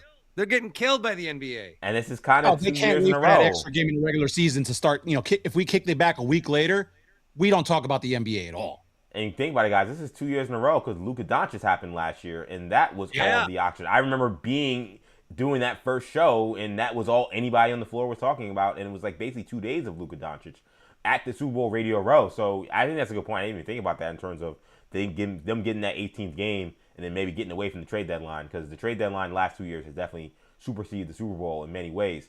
But I've been saying pretty much since the middle of the season, it looked to me that the NFC was way better than the AFC. The AFC looked like it was garbage. It seemed like it was a change of the guard where some of these new teams were coming up. They were good, but clearly they're going to still have to work their way through their first playoff runs, the Denver Broncos, the Patriots, the Jaguars. I didn't trust those teams as actual championship caliber teams, where the NFC, I saw Mortal Kombat. And I think what we've seen from the Seattle Seahawks in this postseason is essentially you've had to be an absolute killer to even have a shot against them, right? Like Matthew Stafford, I thought played incredible again last week, and they still lost, and they almost got blown out. If Reek Woolen isn't a lunatic, they get blown out in that game because the Seahawks were moving up and down the field. They would have scored another touchdown. They would have been up double digit, and that could have been a rout. So I see a mismatch in the Super Bowl between a Seahawks team that looks dominant and a Patriots team that I think has been lucky to get here. I think Drake May, in many ways, he's kind of gotten away with games that typically second-year quarterbacks lose in the playoffs. Like typically, he played poorly, he turned the ball over. This is his growing experience, and next year he'll be better. But he's been playing other quarterbacks that he's been so inept, or there have been backups, or there have been snowstorms. So he's at the rare occurrence of like playing kind of mid, but still being able to advance. I don't know if the Super Bowl is where you take all that experience and throw it into this game against the Seahawks team looks as dominant. So I see a Seahawks win that I think is going to be convincing. Bart and Carlos, I go to Bart first. How do you see this game? I think my first thought was New England, but I really only think I've predicted one game right the entire playoffs. Wow. I know I got both wrong last weekend. I know I got the 4 divisional round games wrong. I took the Bills over Jacksonville, Okay, that's one. But I think I took Chargers over New England. I took Green Bay over Chicago. I think I got them all wrong. So I don't know. What I think, though, I don't know who's going to win. I always try to think like, okay, Bart, your life's on the line. God, I don't even know because I want to. Seattle's better, but there's a New England factor, not even attached to the old dynasties. That there is something cooking there. I think it starts sloppy. I think the defenses have the edge. I think turnovers are going to happen, and then I think in the second half they just unleash the cannons, and we get like a 28-24 kind of game. But I don't. So I guess I would take the Patriots on the 4.5. That's still what it is. New England Patriots. I think remember those Patriots Super Bowls where it was like not the Giants ones, but like the Eagles or the Panthers or Panthers. Yep, that's the one. They were slow starting games. You're like, this sucks, and then it was whatever. There's a bunch of scoring. I think we're in line for one of those. I'm rooting for Seattle. Just because I don't want to see New England have another dynasty. Because you could go to if they have another dynasty, you're gonna go, I don't like that dynasty you have. And they'll say, which one? And then you'll go, well, I don't like the Brady. I don't like the Brady dynasty. And they'll say, which one? Brady had 2 little dynasties in there. So I'm rooting for Seattle, even though many times in my life I would have never thought to utter that sentence. But I can't give. My prediction is 28-24. You place who you think is going to win. I haven't gotten a pick right since January 5th. Carlos, hopefully your picks have been better for this playoff. Yeah. So how are you looking at the Super Bowl? I've actually had the opposite record of Bart. The only pick that I got wrong, and I got really bad, was I thought Jacksonville was going to knock off Buffalo. So I had Jacksonville going all the way to the Super Bowl. Shows what I know. So, take that with a grain of salt. That being said, I initially went with Seattle, and as the days progress, I just find myself more and more in love with Seattle. I'm leaning away with Bart here, whereas I'm thinking this is going to be a 34-17 final. I don't think this is going to be close at first. I'm with Bart. I think it's going to be sloppy in the first half. Whatever the under is, hammer that for all you betting degenerates. I would go under in the first half. It always seems to be defenses feeling each other out and offenses not taking any chances. But in the second half, I think Seattle's going to pull away. New England is fortunate to be here, not because of just the fact that they faced a backup quarterback. Drake May has not had a good postseason. And the only reason that he's getting away with it is because he's a darling in the media, and the media just loves the fact that he married his high school sweetheart. If he didn't have any of these intriguing stories and he was just this nice, kid from that came out of North Carolina and we're just all shucks happy to be, he'd be getting dragged like Josh Allen gets dragged. He'd be getting dragged like Lamar Jackson gets dragged. And rightfully so, Drake May should actually be getting killed. But because the national media doesn't know him, we haven't been exposed to this version of the Patriots. This is their first real crack of getting into the national scope of things. They're all getting a pass. I think Mike Vrabel has done a tremendous job, but they've had a cupcake schedule. The Patriots have only played one team that got into the postseason. If you look at they've had wins against the Dolphins, they're dregs. The Jets would have been a dregs. They knocked off the Bills, the Bills, they had a fine season as well. This is the worst team that Josh Allen has played with. So the Patriots have gotten by essentially with smoke and mirrors. Now, I do think they are a decent team. I think they have a good defense. Outside of Stephon Diggs and a couple of backs, I don't think they have enough on offense to go blow for with Seattle. Seattle is way too talented, even with the injuries to Zach Charbonnet that kind of hurts their running back depth a little bit. Kenneth Walker can still be a 3-down back. He's a beast as long as he doesn't get hurt. Jackson Smith and Jigga, there's a ton of guys that New England would have to cover, and I don't think they have answers for all of them. While I think Vrabel will do a good job in terms of coaching these guys up and have a solid game plan, I think all that goes out of the window once everybody catches their breath in the halftime, enjoyed by Bad Bunny. You feel free to watch that show. If you want to watch the other crap, that's on you. Let's have a good time. I'm watching Bad Bunny. I want to be clear. I'm watching Bad Bunny. I am 1,000%. But I'll be going. I'm going to be watching Lee Bryce. Listen, unpopular opinion. I kind of like Kid Rock, old Kid Rock music. Old Kid Rock music. Old Kid Rock, okay. Devil Without a Cause. Is that when he was The rapping? only good Kid Rock is when Kid Rock slows it down, like Picture and Only God Knows Why. Those ones are good. I'm never really a fan of that stuff. I like Cocky. Even that second album was pretty solid too. Devil Without a Cause, that's my jam. I'm not even gonna front. And whatever the song that Zach Gelb was using for his intro was a bow with the bang, the bang. But yeah, I'm not. That is Kid Rock. It's a banger. But 34-17, I'm rolling with the Seahawks, and I'll make it official. The Seattle Seahawks. There you got it. I got my guys, Bart Winkler, Karlos Ortiz. Bart, 28-24. Picked the winner, but he's leaning Patriots. And then Carlos going with a blowout for the Seahawks. Now we gotta get to the important stuff. We gotta talk some Marvel before I get you guys out of here. God. Because this is why I wanted you here. This is why we needed you here. And listen, the first thing I want to ask you is I finally watched Wonder Man. There have been running gags about this show that since I've been doing 40 nights. I finished it today. I watched all the episodes. Oh, thank God. I want to talk about it. Yeah, running gag. So one running gag was I keep saying I gotta watch Wonder Man. I'm gonna get to Wonder Man, and I don't. So I find that running gag is over. I finally got to it.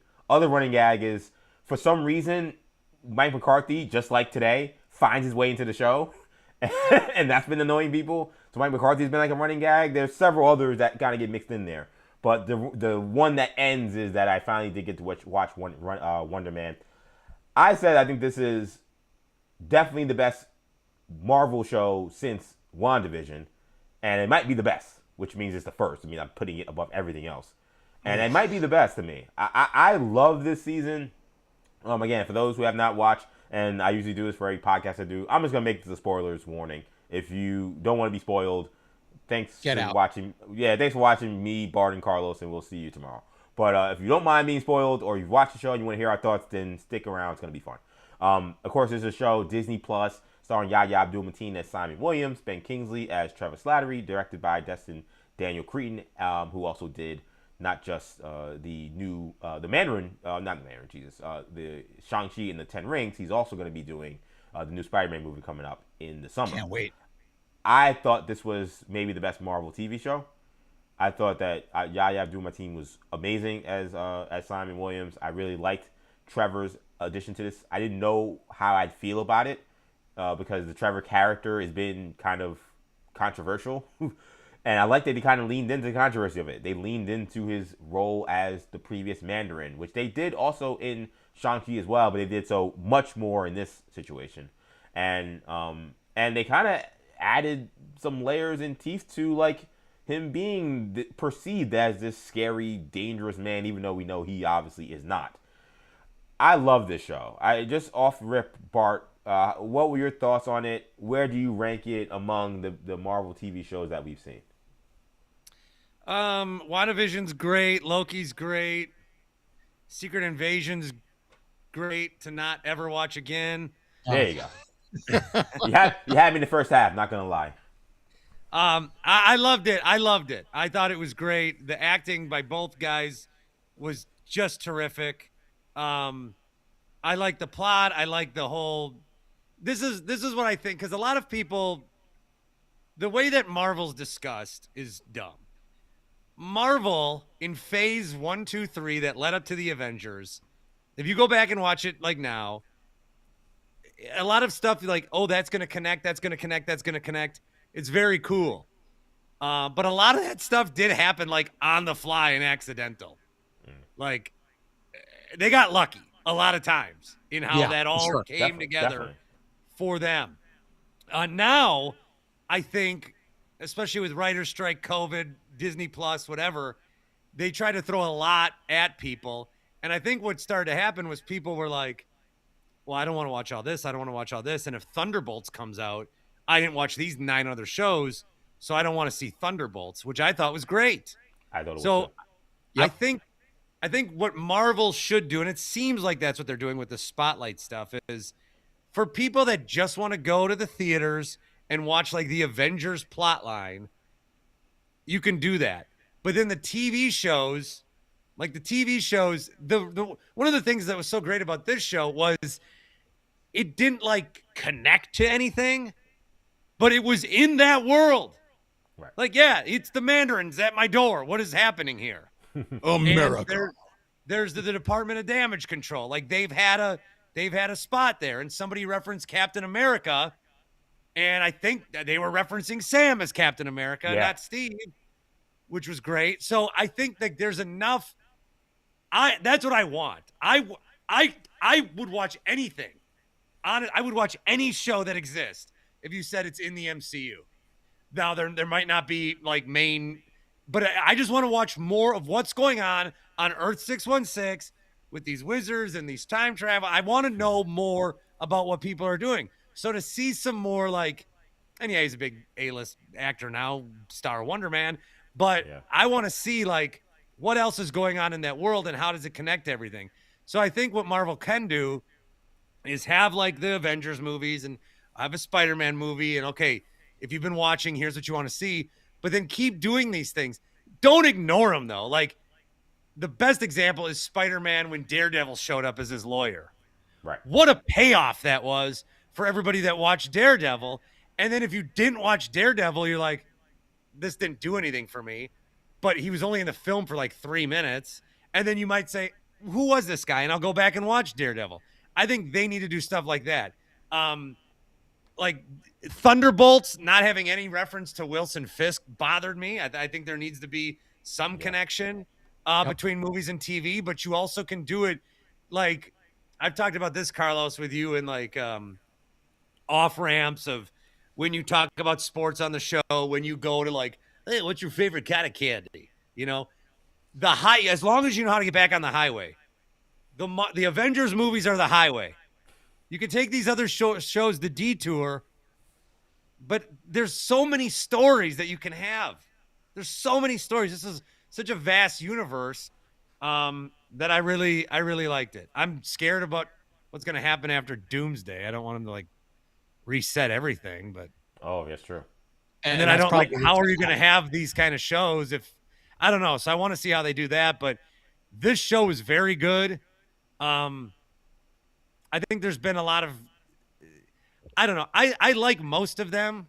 I like most of the shows. Like I enjoyed Miss Marvel. I'm not going to go back and watch it again. Yep. Probably. Echo? I'm glad I watched Echo. I will never watch Echo again. I'm glad I watched it. I'm glad it exists. About it until you mentioned it. I'm glad that it exists, and I'm glad that I got to see more of that world. Wonder Man, I need to see this man again. He is so good. Well, I don't know how to say his name. Yahya Abdul-Mateen. He is so good. And what I was watching about that I thought was great was and I might have been on the THC seltzers when I was watching it, but he's like acting. Because he's in the show. He's acting. Yeah. But then he's acting as an actor who needs to act really good. I thought he was tremendous. I thought what a debut. I don't know. I mean, I don't know that you could have a better debut. Yeah, he was a dude dressed like a dude playing another dude. Yeah. He was just so good. He's so good. He's very talented. And it's funny when he was at New York Comic Con, one of the things he said was like after the experience of playing Black Manta and Aquaman, he said if he wanted to do another superhero role again, he told his agent, he was like, whatever, I don't want it to be kind of like whatever the typical superhero role is, because he put so much into Black Manta, and then of course that world ends in 2 movies and that's it.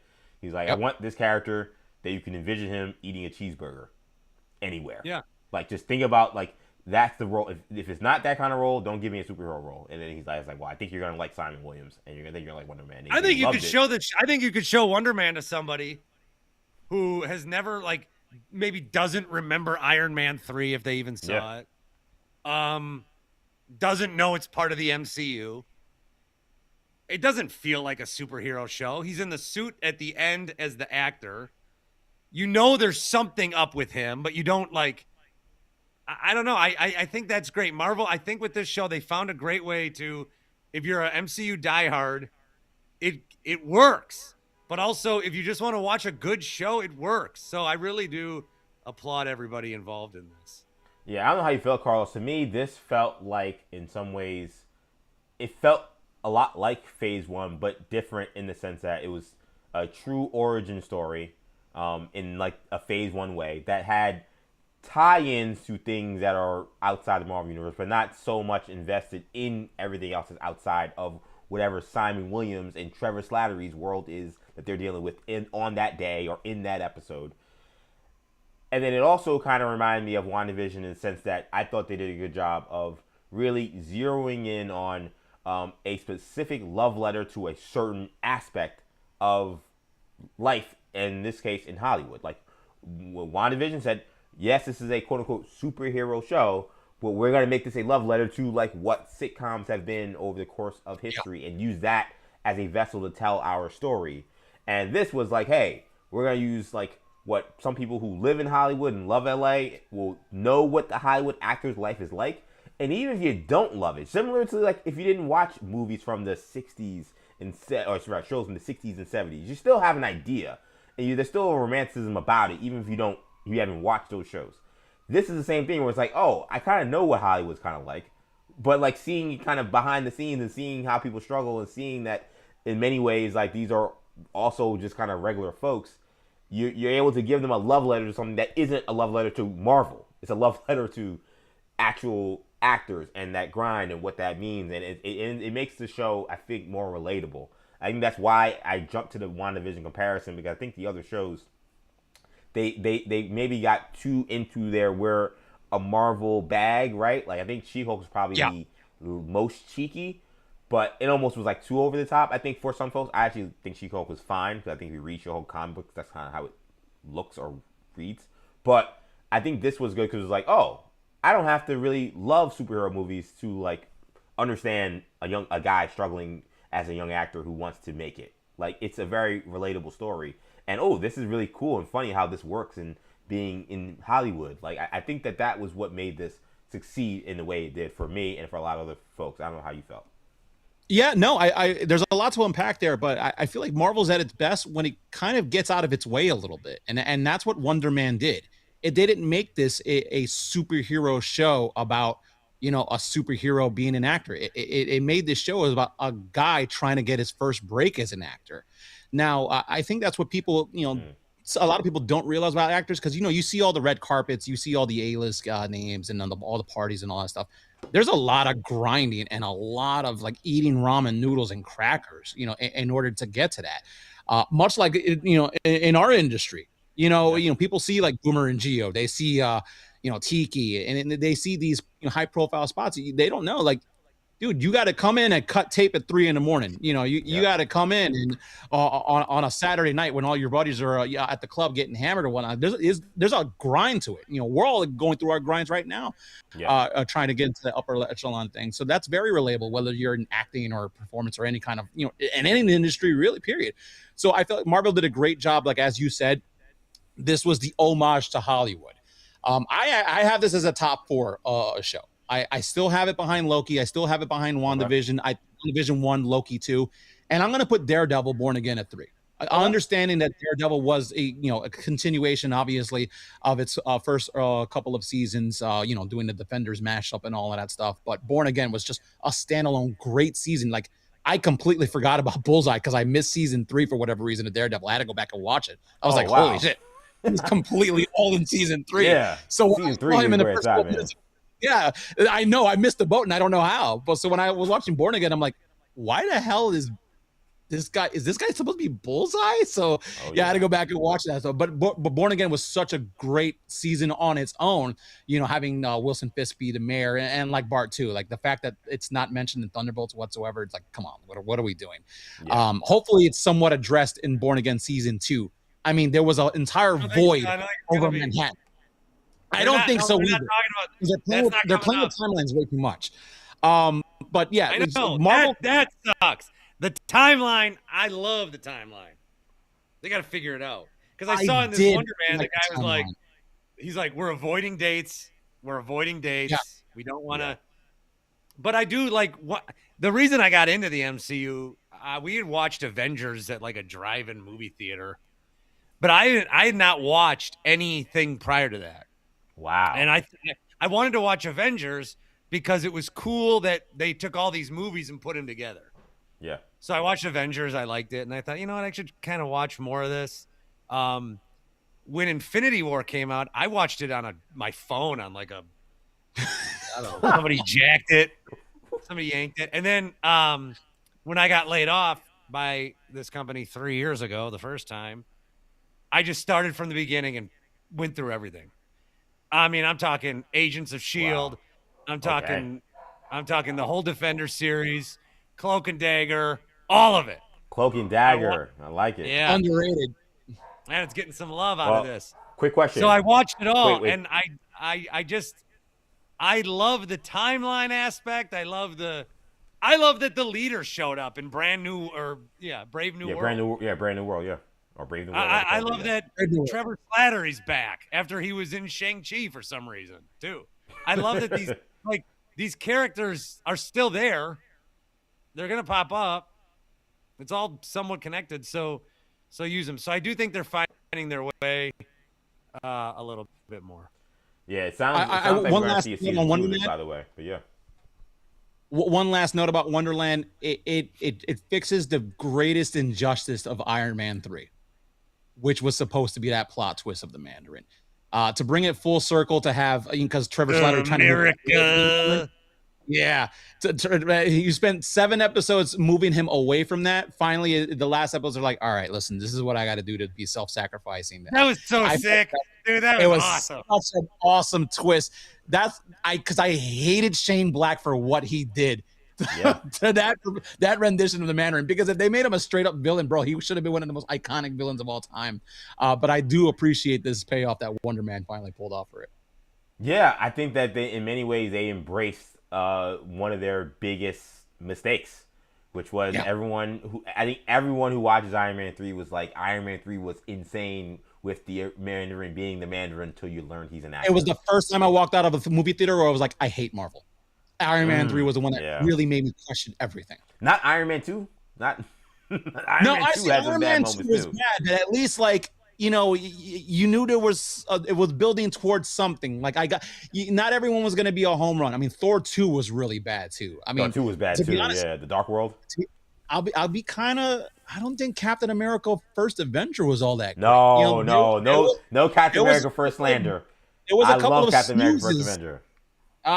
There was a couple of snoozes when they were building up for the Avengers, man.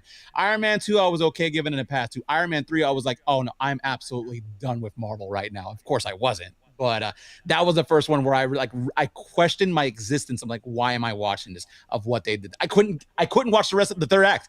Once I saw the Mandarin twist with Trevor Slattery being this bumbling idiot, I'm like, I'm absolutely checked out of this movie. I now have an appreciation for it because of Wonder Man. Yeah, now he's known as international terrorist again, and he is now the Mandarin. Like, he is the Mandarin, according to everybody in this world. Do you think the Mandarin's daughter's gonna be pissed because he went back to that character again? Probably, yeah, and that's where you probably get the 10 rings being an issue and them coming back into the fray. So yeah, this is not gonna go well. That's why, and again, they said season 2 is apparently very close to being greenlit, which they probably saw all the reaction like, oh crap, we got to make sure we do. They're watching this right now. They're like, all right, these guys want it. Yeah, all right, let's bring it back, right?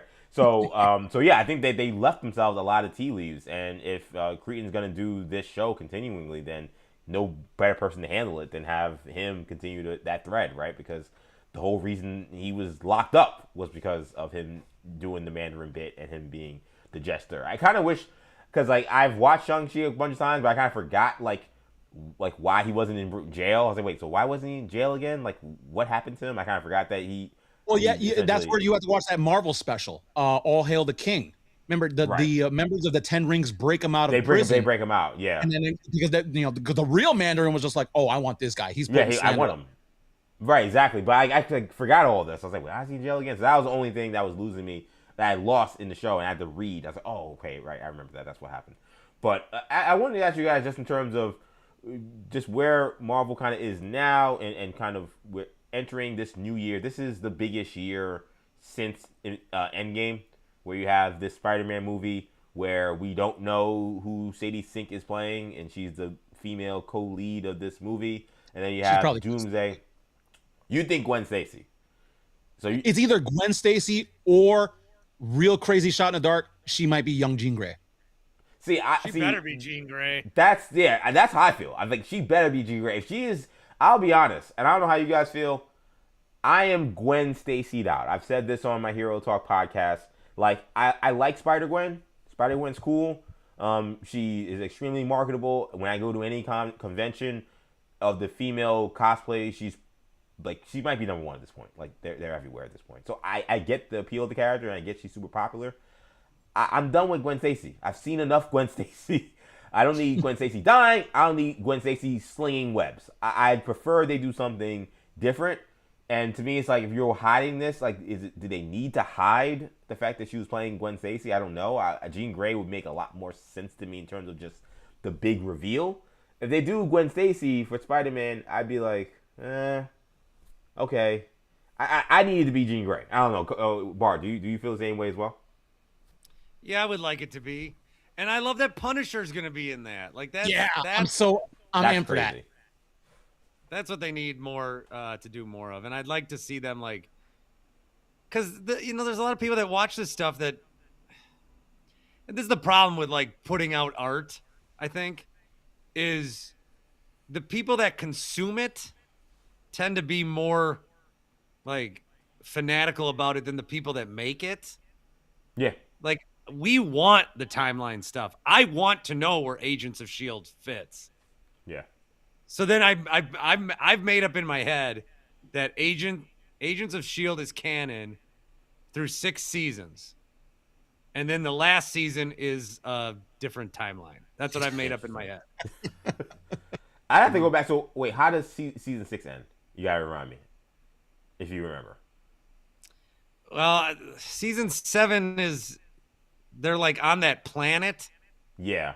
Or is that season 6? No, I think that's the last season where they're in space. Yeah. But they're in like Earth in 20. Did you watch it, Carlos? It's good, but it's weird. Don't remember. I vaguely remember Quake and like some of the other low. And then they didn't. You gotta watch Agents of S.H.I.E.L.D. It's really good. But they didn't know because they did tie into some movies, so you could watch it on ABC, and then it'd be like, "Hey, we're building this thing," and then the big, ship. But they didn't know what Infinity War was. They didn't know what Thanos was going to be. Thanos. Yeah. So the guy who was the villain at the time, they were in Chicago for some reason, and he's like, "I'm going crazy. Thanos is coming." Right. I remember that. Super vague. I remember super that. weird. Then like Chicago got bombed, and then the world destroyed. I don't know. So I pretend that's a different universe. Do you guys feel like? Do you think that Marvel, by the time we're done with Doomsday and Secret Wars, do you think we're saying Marvel is quote unquote back? I think we still enjoy the concept, but so many people are like, "Oh, the superhero fatigue. I don't care." Do you think Marvel will be back on track by the time those movies are out? No, I don't think Marvel will never be what it was when it first happened. Correct. Yeah, it's not going to be back on track because it's going to be new. I think they're doing a full reset after Secret Wars. This is going to be like, all right, I don't think they should. Let's flatten all the multiverse stuff. They're going to tie up all these loose ends they can in the span of what, basically a year and a half or 2 years, whatever we have time left over. But I think after Secret Wars, we're going to start to see I don't want to say full blown reset because the most profitable characters and actors will probably still be in the fold, but you're going to see a lot of these things go away, and they're going to try to. All right, let's see if we can recapture the magic of phase 1, 2, 3, which is impossible to do. But I think they're going to simplify it for casuals. See, I'm excited because I think, man, we get to the mutant. I'm wearing an X-Men shirt. Oh, I can't wait for it. This is my favorite. This is my favorite corner of the Marvel Universe, and it's been missing from the MCU. So I have some hope that once this is all said and done, because we will have a reboot of the mutants, that this will be a lot of fun. I don't know what's gonna happen with Hugh Jackman still being Wolverine and there being maybe another Wolverine. Like, those are rumors I don't love. I don't know what's gonna happen with Doctor Doom post this situation. Is still gonna be Robert Downey. There's some things they're gonna have to figure out, but I get the impression that they're gonna get this thing right. The only thing that worries me right now, and I don't know if you guys have heard this before I get you guys out of here, is depending on how good Doomsday is, that could determine whether or not the Secret Wars movie is a 2-part movie or one long movie. Yeah. What the hell is that? Does that make any sense to either of you guys? Because I want it to be long. There's a lot of stuff they need to do. Make it long. I think I agree. I think if I had to choose, I prefer just if it has to be 3 hours and 45 minutes, I will sit in that theater. I'll sit in the theater for 5 hours. Yeah, not a problem. Sit there as long as you need to in order to get the story done the way it needs to be. But I couldn't figure out why this movie would matter. AEW pay-per-view cards are 7 hours. Exactly. I can sit through a 3.5 hour movie. I've been to one that was 6 hours basically, so I know what you're talking about. Yeah, no, it's I can sit through it. I think most fans, if you're buying a ticket, you'll sit through it. I don't like when you're making these quote-unquote creative decisions and one decision is definitely monetarily much better for you than the other. Because it makes me feel like, all right, you're going to just find an excuse to be like, we're making this 2 movies now, so we can get another $1 billion bag maybe from getting this money. And I don't like that. My thing is like, whatever your plan was, just do the plan. I don't need somehow the respect or the response to the first movie in Doomsday, how that should impact whether the next movie is 2 parts. I guess the only thing I can think of is to say maybe if people don't respond to Doomsday being super long, that they want to split it up. But like, I don't think that Doomsday being too long is going to be the reason why it doesn't work out. It's going to be other different reasons. People won't like Downey.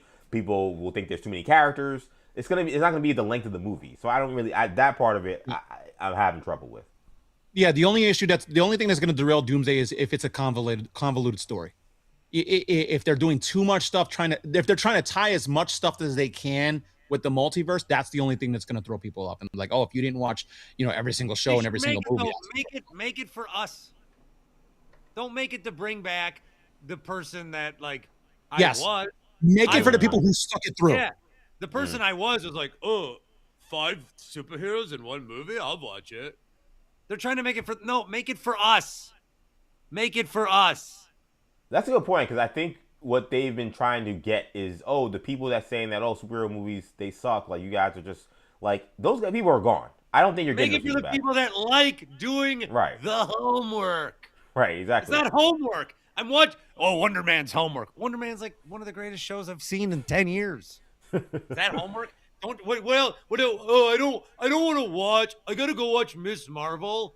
That's like 5 hours. Okay, then go home after work, lay in your bed and scroll TikTok for 5 hours. What are we doing? I gotta leave you guys with my one scolding crazy, and I hate to do that. I have a hot take on something because I don't know. I hate even saying that, but I have to do it for this. This call is gonna play some kind of drop that's gonna be very funny. Probably. Yep, I'm waiting for it. Go ahead. I have a theory that when the Russos put out that like Instagram thing, they said were like, oh, these are not teasers. There's more to this. Like, play close attention. My theory is that Doomsday is currently happening, and what you saw weren't actually like teasers per se, but they were like responses to whatever the F Doom is doing right now. And then when we get to the movie, what you may have will be kind of like what you saw with like Star Wars, where it's like a kind of scroll of like, this is what's been happening since you've been gone. Doom has done X, Y, and Z. Because again, there's a lot to put into this movie. I think they're saying, hey man, like, yeah, we're doing this whole clock. Everybody's like, why are you counting down? Yeah, we're counting down to like when this movie begins, but like actually this stuff's been happening. So like, yeah, like, Shuri has met Thing, and Thor is praying to the gods. Because the thing about the trailers, like, that doesn't look like dialogue that would be in a movie. Like, I'm like, when would like the only one that seemed like dialogue was what was it? I guess the Xavier one I could maybe see as dialogue, but the other 3, it just seemed like Thor is just randomly doing exposition. I'm like, there's 5 of these scenes where people are just doing exposition. They're like little one shots. Yeah, they're doing exposition for 5 minutes. Like, we don't for a minute. We don't have time for this. Like, this is a lot of stuff happening in the movie. I'm like, I think this is them giving you a peek into like what the Marvel universe is actually dealing with right now. Yeah. And I think the biggest indicator of that, and the reason why I agree with you wholeheartedly, is just the Steve Rogers one. There is no natural way that they can fit that small 30-second scene into the movie. Right. It doesn't make sense. So that's been my scolding hot theory, is that like when they say this is not a teaser, I think they're saying because these are scenes that are actually happening right now. I think you can include the post credit for the Fantastic Four movie where Doom is going into Franklin Richards. That's why I'm turning it back to. I'm saying that Remember, he's already seen the Fantastic Four already. He's already been pulled up. So my thing is, like, if we're continuing this, it's 2 years now. I think this is all still happening. I'm glad you told me that because that was the last part I forgot. We already seen him pull up on the Fantastic Four, and we saw the Fantastic Four getting the hell out of wherever the hell they were at the end of New Avengers. So, and that I think is them crash landing where you see Fantastic Four meeting up with the Wakandans. So that's my crazy theory, that the reason why these teasers are weird and why they're saying that these are not teasers, pay close attention, I think because these are scenes that have already happened. That's my theory. I like it. I love that. I got a consensus on that, man. Bart Winkler, Karlos Ortiz joining me for night 19. Guys, this has been an absolute thrill. Please, Bart, I guess tell the folks where they could find into the Winklerverse and all the good stuff you're doing. Wherever you get your pods, man.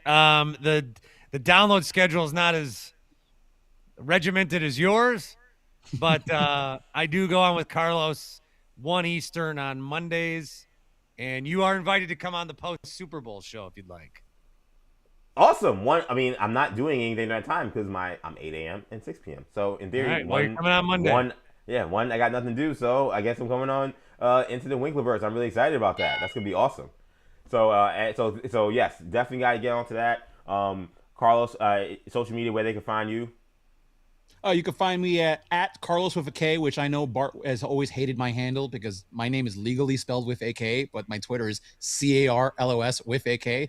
I don't know. I think it leans into the whole Carlos with a K bit. You'll find me weekends, Westwood One Sports. I'm doing my thing with Linnell Willingham and Josh Graham. Both really good dudes. They're not quite Bart, but we don't got to tell them that. I do those two shows back to back, 1 to 7 Eastern. And cross your fingers for your boy. I actually didn't even tell Bart before I got on. I just had an interview with the Mets. So if they're listening, that job, your boy could use some steady income as well. Hey, that's what's up. Shout out to let's get a round of applause here so I can find it. There you go. Let's get a round of applause. What job? It's a coordinator for memorabilia. I don't really know, but it sounds like something I can do, and it's a steady salary. Right. Sounds like you're passionate about it. Good. Oh, absolutely. I love the Mets. Oh my gosh. Well, listen, with that, man, first of all, congrats, Carlos. I'm really hoping that pulls through, man. That's amazing because, again, people they know what's been going on with what happened with Infinity Sports Network, and everybody is in. People are in some better spots than others, but we all are looking for what our next things are going to be, and I love that you guys are doing your thing with Into the Winklerverse, doing your national perspective, and I've seen so many other people try and do their own thing since all this stuff went down, and I appreciate you guys coming on. I appreciate you guys rocking with me. That's sure. Bart Winkler, Karlos Ortiz. Guys, thank you so much. Thanks for having me, man. You got it. You got it. That was awesome, man. Awesome stuff. Shout out to Bart and Carlos. Really great interview, great commentary. I'm glad I figured it out, the whole connection issues. I was like, oh my gosh, here we are again. We had like 3 or 4 straight interviews that had no issues connectivity wise. So I thought, okay, maybe we're in the clear. And I knew something was up because I remember I mentioned earlier, like my Google Chrome, like I couldn't read my notes. My Google Chrome was bugging. I was like, I don't know what's going on. So I had to kind of exit out. And luckily, again, your boy is prepared and had a lot of stuff ready to go already in my head. But that, I think, was why it was screwing up, long story short. So I'm super glad on the fly we were able to figure that out. And then that ended up being awesome, man. I mean, we ran the gambit on Super Bowl, Packers, Giannis, Bulls, Giants, Marvel. I mean, this was all you could ask for, man. And I'm really happy I got to rap with those guys. Because I haven't, obviously, I worked with Carlos a ton, but I haven't worked with Carlos since all this went down, right? I haven't worked with Bart for years now because Bart's been doing his thing as a weekday host, or he was on the Infinity Sports Network working with those guys. So the fact that I actually got to rap those guys for a little bit, man, and you got to see how talented those guys are as a duo, and I suggest you guys check out Into the Winklerverse, man, and check out their Monday show, The National Perspective. They are a really special duo, and when they're getting to do their thing, and you can see, like, a lot of times I'm like, I just got to step back and let these guys do their thing, because that's the magic of them, man. It's a beautiful thing, that the tandem that they've really been able to put together. I got to give a shout out here, Jesse Flowens. Thanks for being on, guys. Yeah, man, thanks to them, man. They did their thing. Transports Radio giving a round of applause to Carlos. Yeah, Carlos working for the Mets. Imagine that. The Mets ain't probably watching, but I mean, Carlos, Bulls, Chicago sensibilities that you can guess that maybe Mets are on his team. But I'm hoping and praying that he gets that job, man.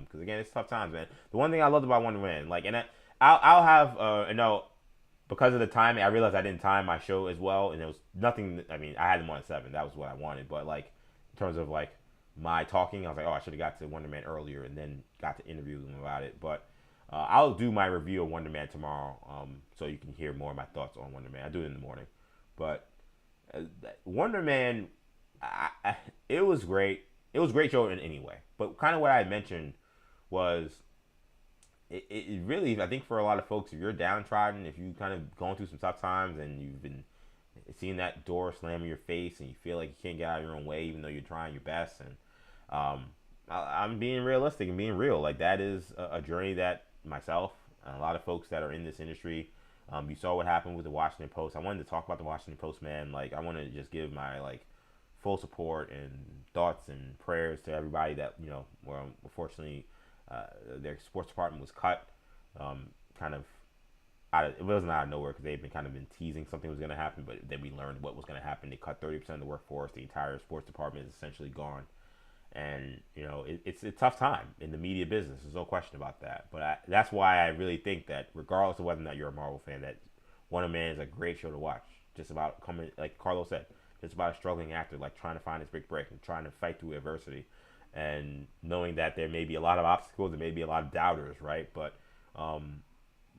like some of the stuff you hear from like the guy Kovacs, the director in the movie, like, it's about what superheroes can teach you about yourself.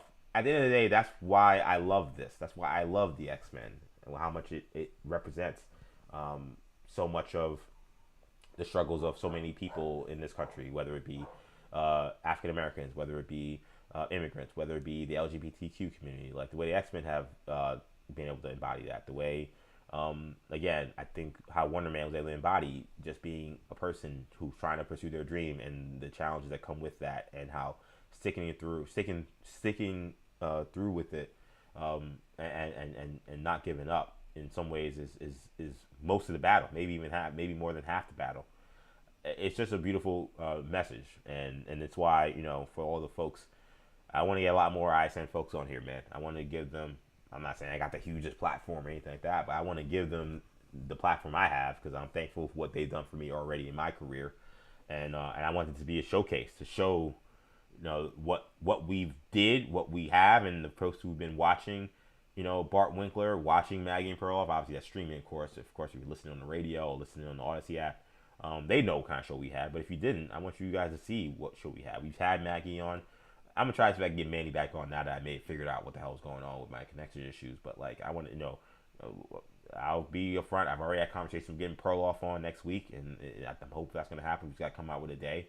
And we're going to have a lot more folks. I got to get Bogus on. I haven't texted Bogus yet. I know he was on vacation, so I wanted to give him some time to rest up. But I want to get all these folks on, man, because they've done a lot for me. And in times like this, we got to stick together, because it is not easy.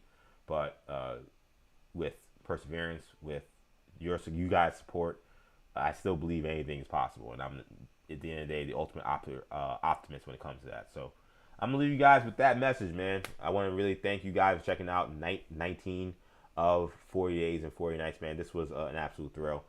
Super thanks to Karlos Ortiz and to Bart Winkler, both from the Into the Winklerverse, the national perspective, their show. Like Bart said, catch it wherever you get your podcast. He also has a YouTube channel, Into the Winklerverse, where you can watch the show. They're a great tandem. Make sure you check them out, man. They're just good dudes, as you can see. So they're a lot of fun. So check them out. Much thanks to them. Like with all shows, like I said, we're streaming live right now on YouTube. New Generation Media is where you're find me on YouTube. Do me 2 favors, man. Subscribe to the channel. Super supportive. We really appreciate it. Comment in the comment section. Again, all that also really appreciative. It all helps the engagement, so we appreciate that aspect of it. We're also streaming live, obviously, on X, EJ_Stewart. So make sure you follow me on X as well. Make sure you follow me on Instagram, Action EJ, where I'm still streaming live, I realize. Thank goodness, because that was the issue. Like, I had still the Instagram stream rolling. Again, I like to tell you what's going on because like I don't normally get to do this during like a radio show. Like if they're in a radio show, you actually kind of have to hide like if there are issues going on, you got to pretend like nothing's going on and you try to work around it. In a live stream where you're on camera, there's not so much you can hide. So, but yeah, the long story short of it was like in order to start my Instagram stream, I have to be on a certain Google Chrome, and I think sometimes it just goes crazy. I was afraid to close it because I didn't want to close off the people that were on Instagram. Sure enough, I'm not, because I see Jesse Flowen still in the chat. Obviously, he was commenting. Shout out to Jesse. Thanks for being on, guys. He said earlier they did a phenomenal job, and I've seen other folks on Instagram still. So we still got Instagram viewers, which is great. So yeah, follow me. We're streaming live on Instagram, IG Live, Action EJ. We will find me there. Also follow me on TikTok, Action EJ as well. And again, every episode of 40 Days and 40 Nights get podcasted. So whether it's Apple Podcasts, Spotify, SoundCloud, Stitcher, TuneIn, or wherever you get your podcasts, just search New Generation Podcast Network, and you can get these episodes. So if you're on the go, if you're traveling, if you're driving, if you're working out, you can listen to all the episodes of 40 Days and 40 Nights along with all the other shows we have with New Generation Media. Just search New Generation Podcast Network wherever you get your podcasts. And that's going to do it for this edition of 40 Days and 40 Nights. Again, big thanks to Bart and Carlos. Thank you to the viewer, the listener. We appreciate you guys. 290 plus views today live. That's really awesome, man. This is, I think, the second most we've ever had. So this thing's been growing. This thing's been happening. Again, we're going to have a lot more fun, a lot more cool guests. So almost halfway there. Tomorrow marks the halfway point. That's very exciting. We'll see what happens. We'll have plenty of talk on the Super Bowl. That'll be exciting. So I'll see you guys in a little bit. Thank you so much, CJ Stewart. I'll see y'all at 8 a.m.